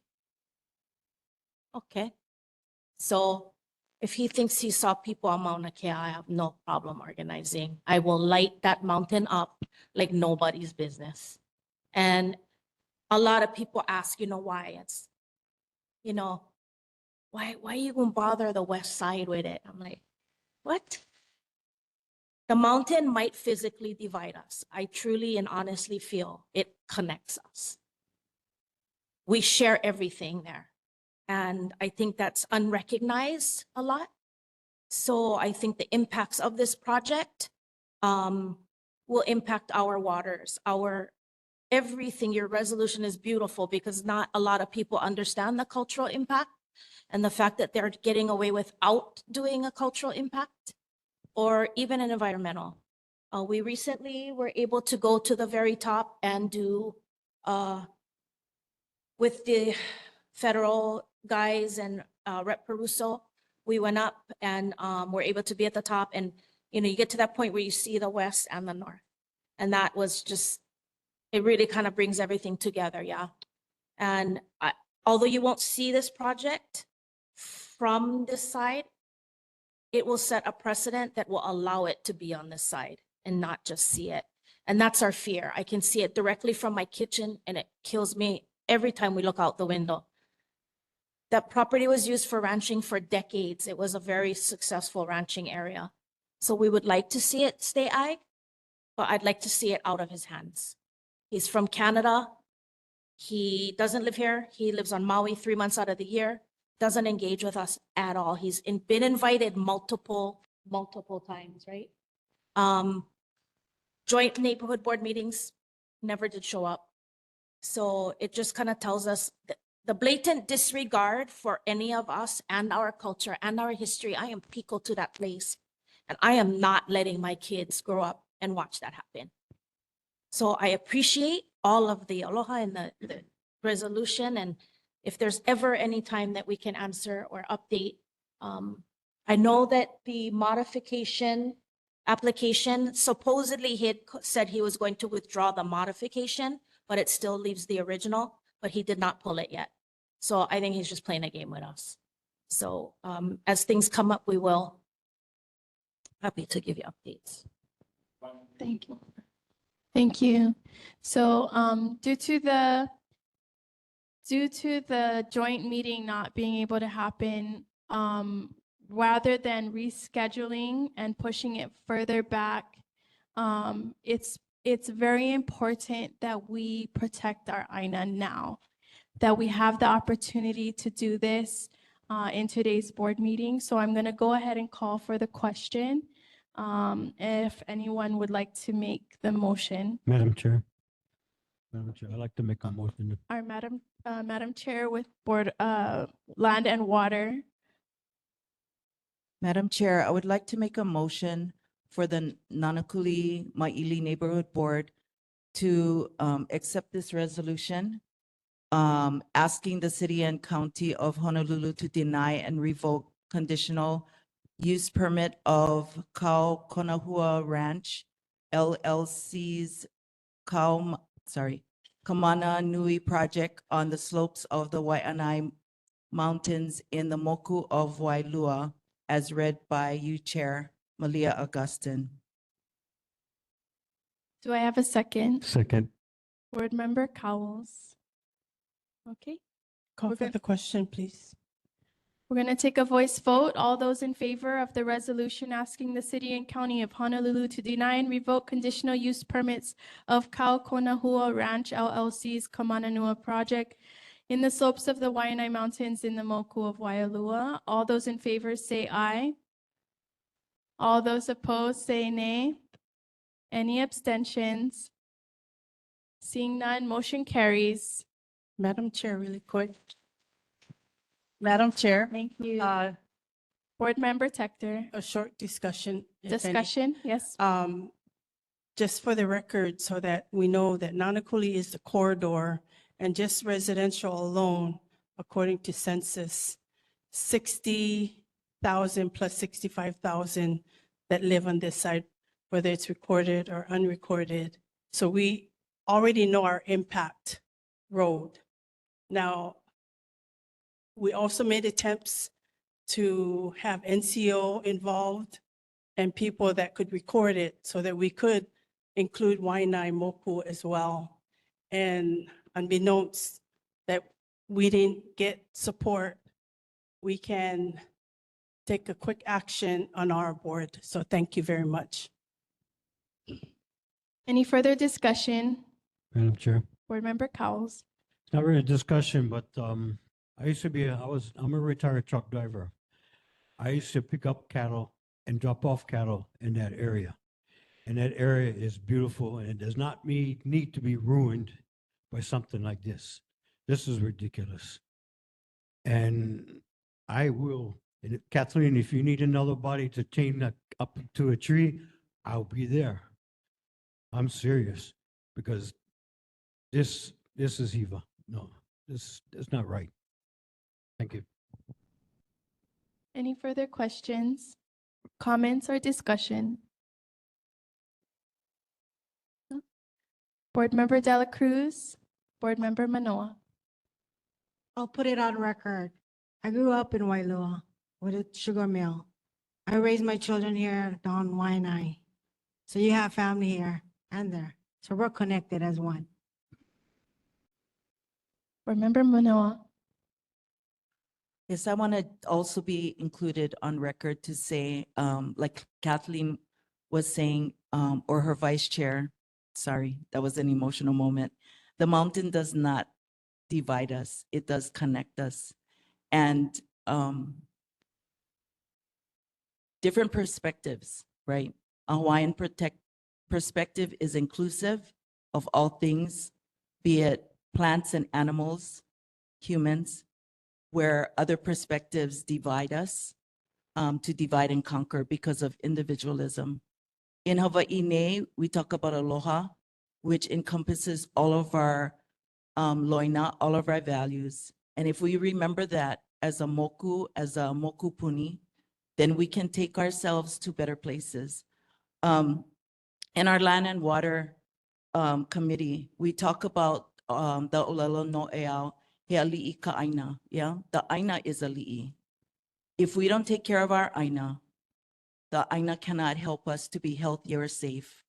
And in all of our actions that we do, be it with us here on the board, with our ohana, in our relationships that we have with other people that we work with, or in our community, let's always remember that aina is first. And when we take care of aina, we're taking care of our li'i, who takes care and also honors us as Kanaka. So I just wanted to make that statement, and thank you for the North Shore Neighborhood Board Chair and Vice Chair for being here tonight and being the stronghold and gathering all of us board members and boards on the moku puni of Oahu together. Because like you said, it will happen in other places, and this will set the precedence for all other places, that this is Hawaii. And you can always go to other places in the world to enjoy other things.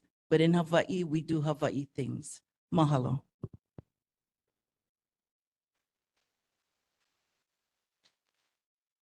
Thank you so much, board, for your support in the resolution. I'm going to go ahead and continue with the regular agenda as noted. So board business, we are going to discuss the board recess schedule. The board is allotted 3 recess months, and in the previous months, we've recessed in December, January, and we're going to just open it up for discussion to allow for recess months. My recommendation here is that because legislation starts in January, December is a very important month for us to be able to motion to support resolution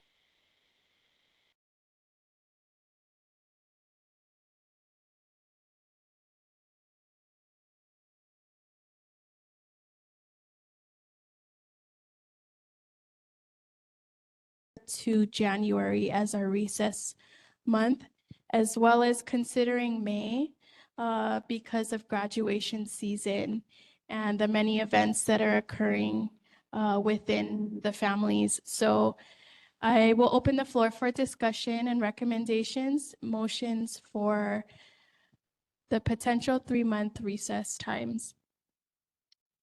Madam Chair, I make a motion to keep them the same as it was this past year. The reset, keep them the same ones that do have it already. Yes, for the record. What, I forget what. month? January, January, and May. May, yeah. Sorry about that. Do I have a second to the motion? January, May, and July was our former recess. 3 recesses, right? I second. Okay. Second from Dela Cruz. So our board, I will call for the votes. All those in favor to recess with our board January, May, and July. I thought you just said January and May, and why are we doing 3 months? That means we're only going to be in operation 9 months? We've never done 3 months before. We're allotted 3, so those were the months that were mentioned. if you'd like to remove July and just keep one available, should we need to recess? We have to rescind the first motion then.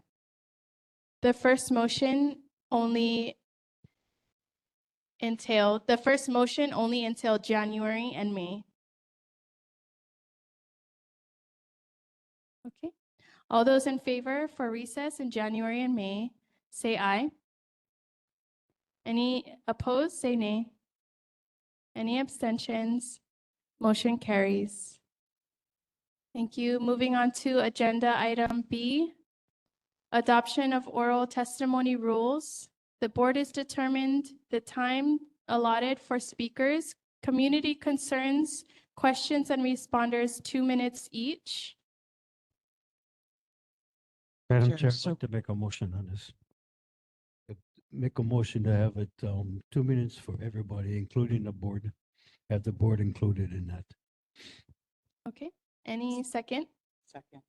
Seconded, Board Member Myers. All those in favor, say aye. Any abstentions? Any say nay? Motion carries. Okay, approval of June 17th, July 15th, and August 19th regular meeting minutes. Do I have a motion to approve?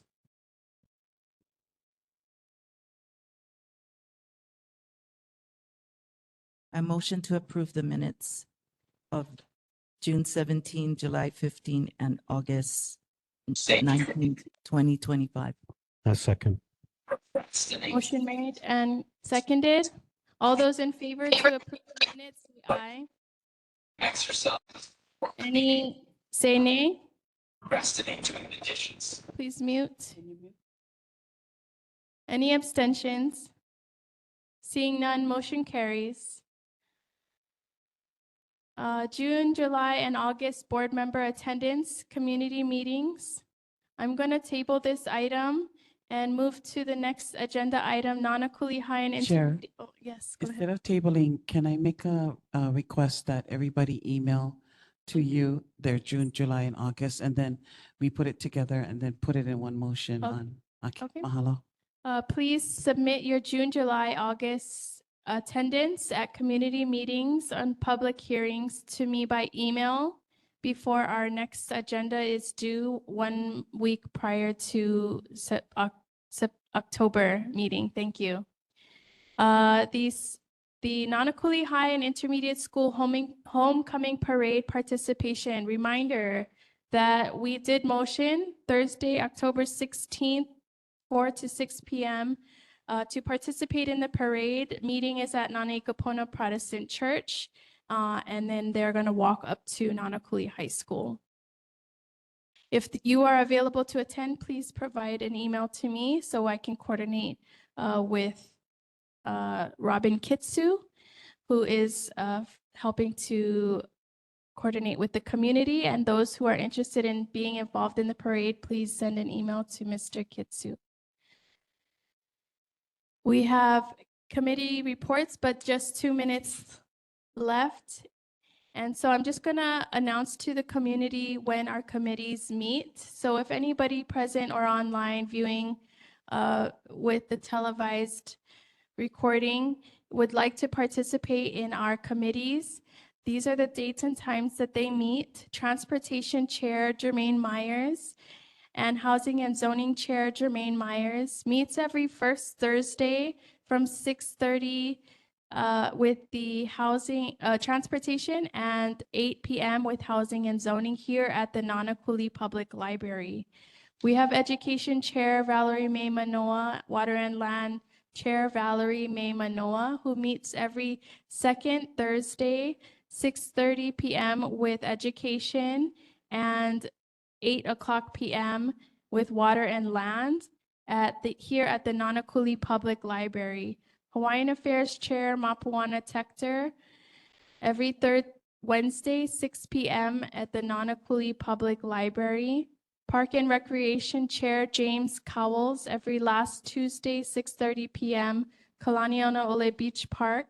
Public Health and Safety Chair Paul Io, last Tuesday, 7:30 p.m., Kalanianaʻole Beach Park. You are all welcome to join us to participate and get engaged with community concerns. Announcement: September is Hawaiian History Month. Hawaii State Public Library System Genealogy Night, September 22nd. The topic is newspapers at the Nānākuli Public Library, 5 to 7 p.m.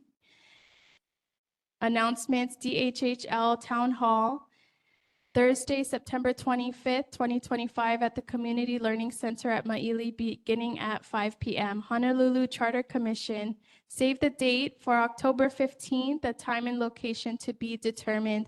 The deadline to submit proposals is Friday, November 7th, 2025. Nānākuli High and Intermediate School Homecoming Parade, Thursday, October 16th, 4 to 6 p.m. Game Challenging Aiea High School is Friday, October 17th, 2025. Our next regular board meeting is Tuesday, October 21st at 7 p.m. Nānākuli Public Library and online via WebEx. This meeting is adjourned.